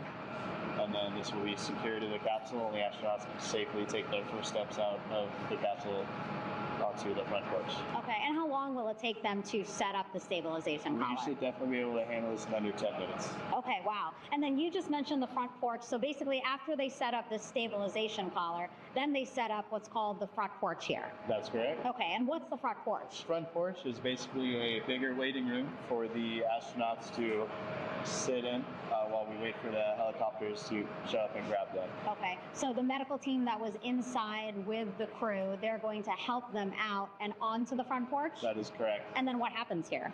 We have higher trained medical personnel also on board the front porch that will give them lookovers and just make sure they're okay while we wait for the helicopters to show up. Okay. How does it feel, I mean, your team, you, to be part of a mission that's returning astronauts from the moon in more than 50 years? We all feel extremely honored to be a part of this, as well as a bigger mission for the Navy and joining up with NASA to do great things. Mm-hmm. And do you feel like you and your team are ready? Yes, very ready. Cool. All right, thank you so much. Thank you.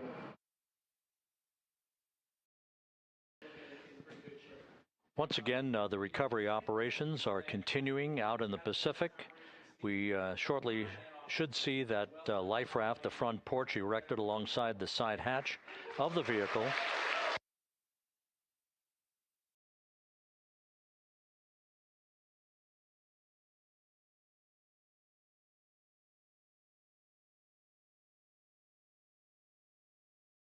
A number of flight controllers have come into the flight control room to receive congratulations from Entry Flight Director Rick Henfling.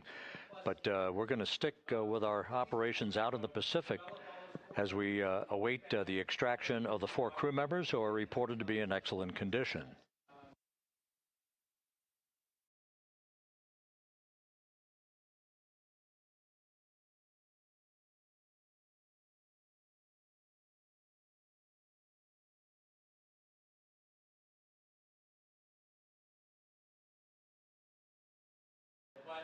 Again, while we stand by for that front porch to be erected alongside of the side hatch of the vehicle, let's go back to the USS John P. Murtha and Megan Cruz. Megan?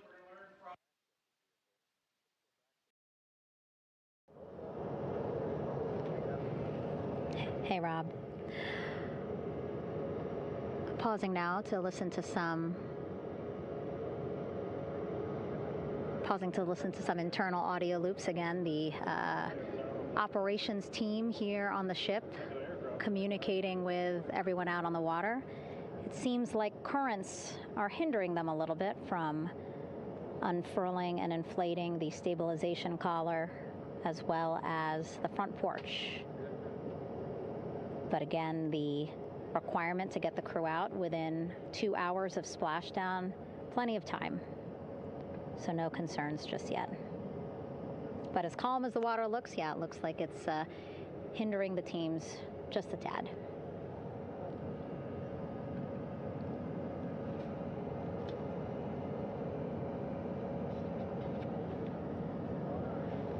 You can see in some of our shots that side hatch still open. Again, inside there are now 8 people inside. 4 divers, Navy divers, all with medical training, each assigned to an astronaut each. Making sure that they're comfortable, feeling good.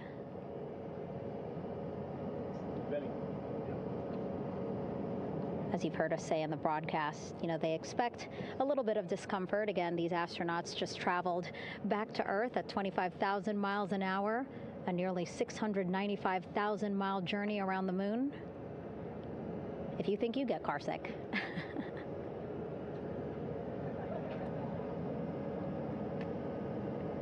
Again, 6 boats out there, lots of gear with them, just in case, right? As we said, the crew reported feeling great, but again, all those folks out there in case they weren't, right? NASA is all about making sure we think about every situation that can happen, and so, of course, wanted to be ready in case any of our astronauts needed more medical attention while out there in the water.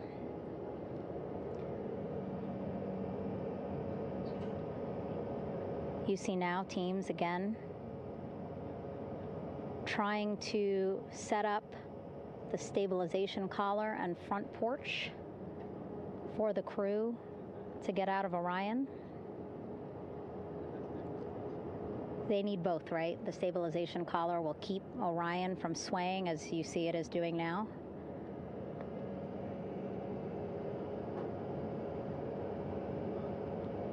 And then they will connect the front porch to the stabilization collar so that the crew can take 2 steps and they will be in the front porch.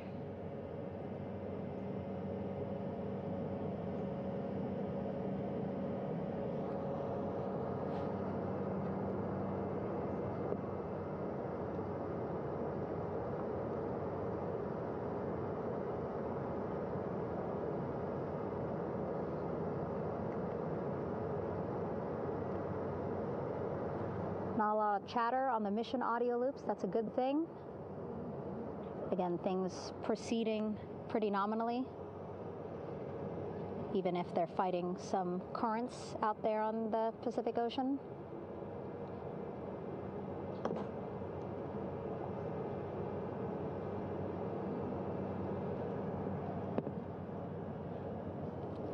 Again, the goal, setting up the stabilization collar and the front porch so that the crew can rest comfortably in the front porch, get placed into harnesses so that 2 helicopters can lift them off the front porch and onto the USS John Murtha here.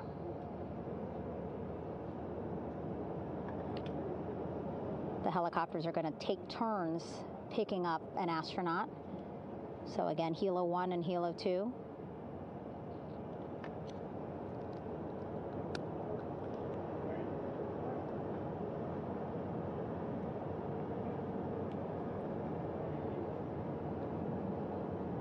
Okay, and the recovery team here on the ship just got a report from the undersea medical officer who is inside the capsule with the crew.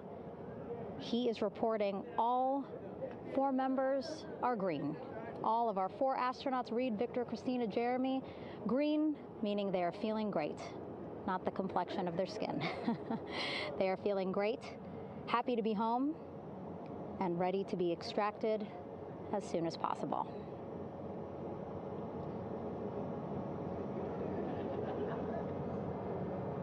And so, as I was saying, we have 2 helicopters circling the activity you're seeing on the water right now. Each will take turns picking up an astronaut. So Helo 1 will come on in, hover above the front porch, about 40 feet above the front porch. A Navy recovery specialist will be hoisted down into the front porch. The restricted maneuvering doctrine is in effect. We'll connect to the first astronaut, which we're expecting to be Christina. And then Helo 2 comes around, picks up Jeremy, while Helo 1 stays above head, and then Helo 1 will come back in for another astronaut, and then Helo 2 for the last astronaut, and then back to the flight deck here on the recovery ship.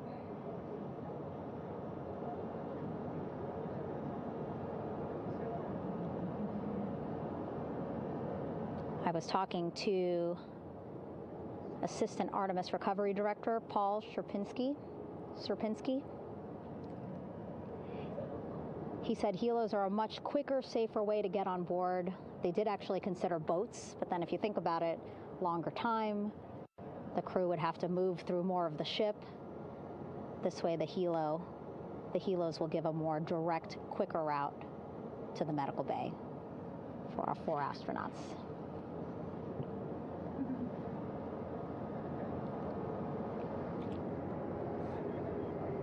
Beautiful shots from our aerial and imagery teams.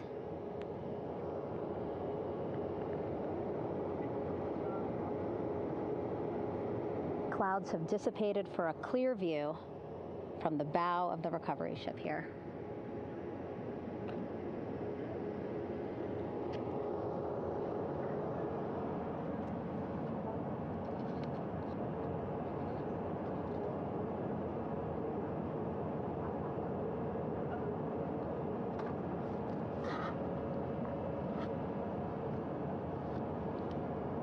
You can still see divers in the water there. Encircling Orion, that is that stabilization collar we've been telling you about. As you saw in that interview just a few minutes ago, they have to first connect it to Orion, and then once it's secured onto Orion, they can inflate it, and then they'll further secure it with other harnesses and lines.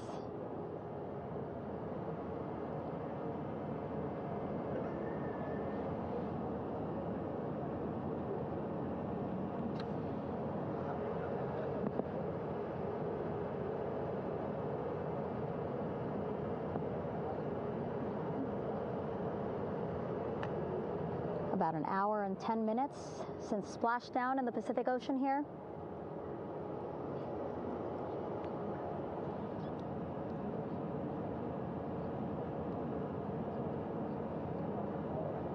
Reed, Victor, Christina, and Jeremy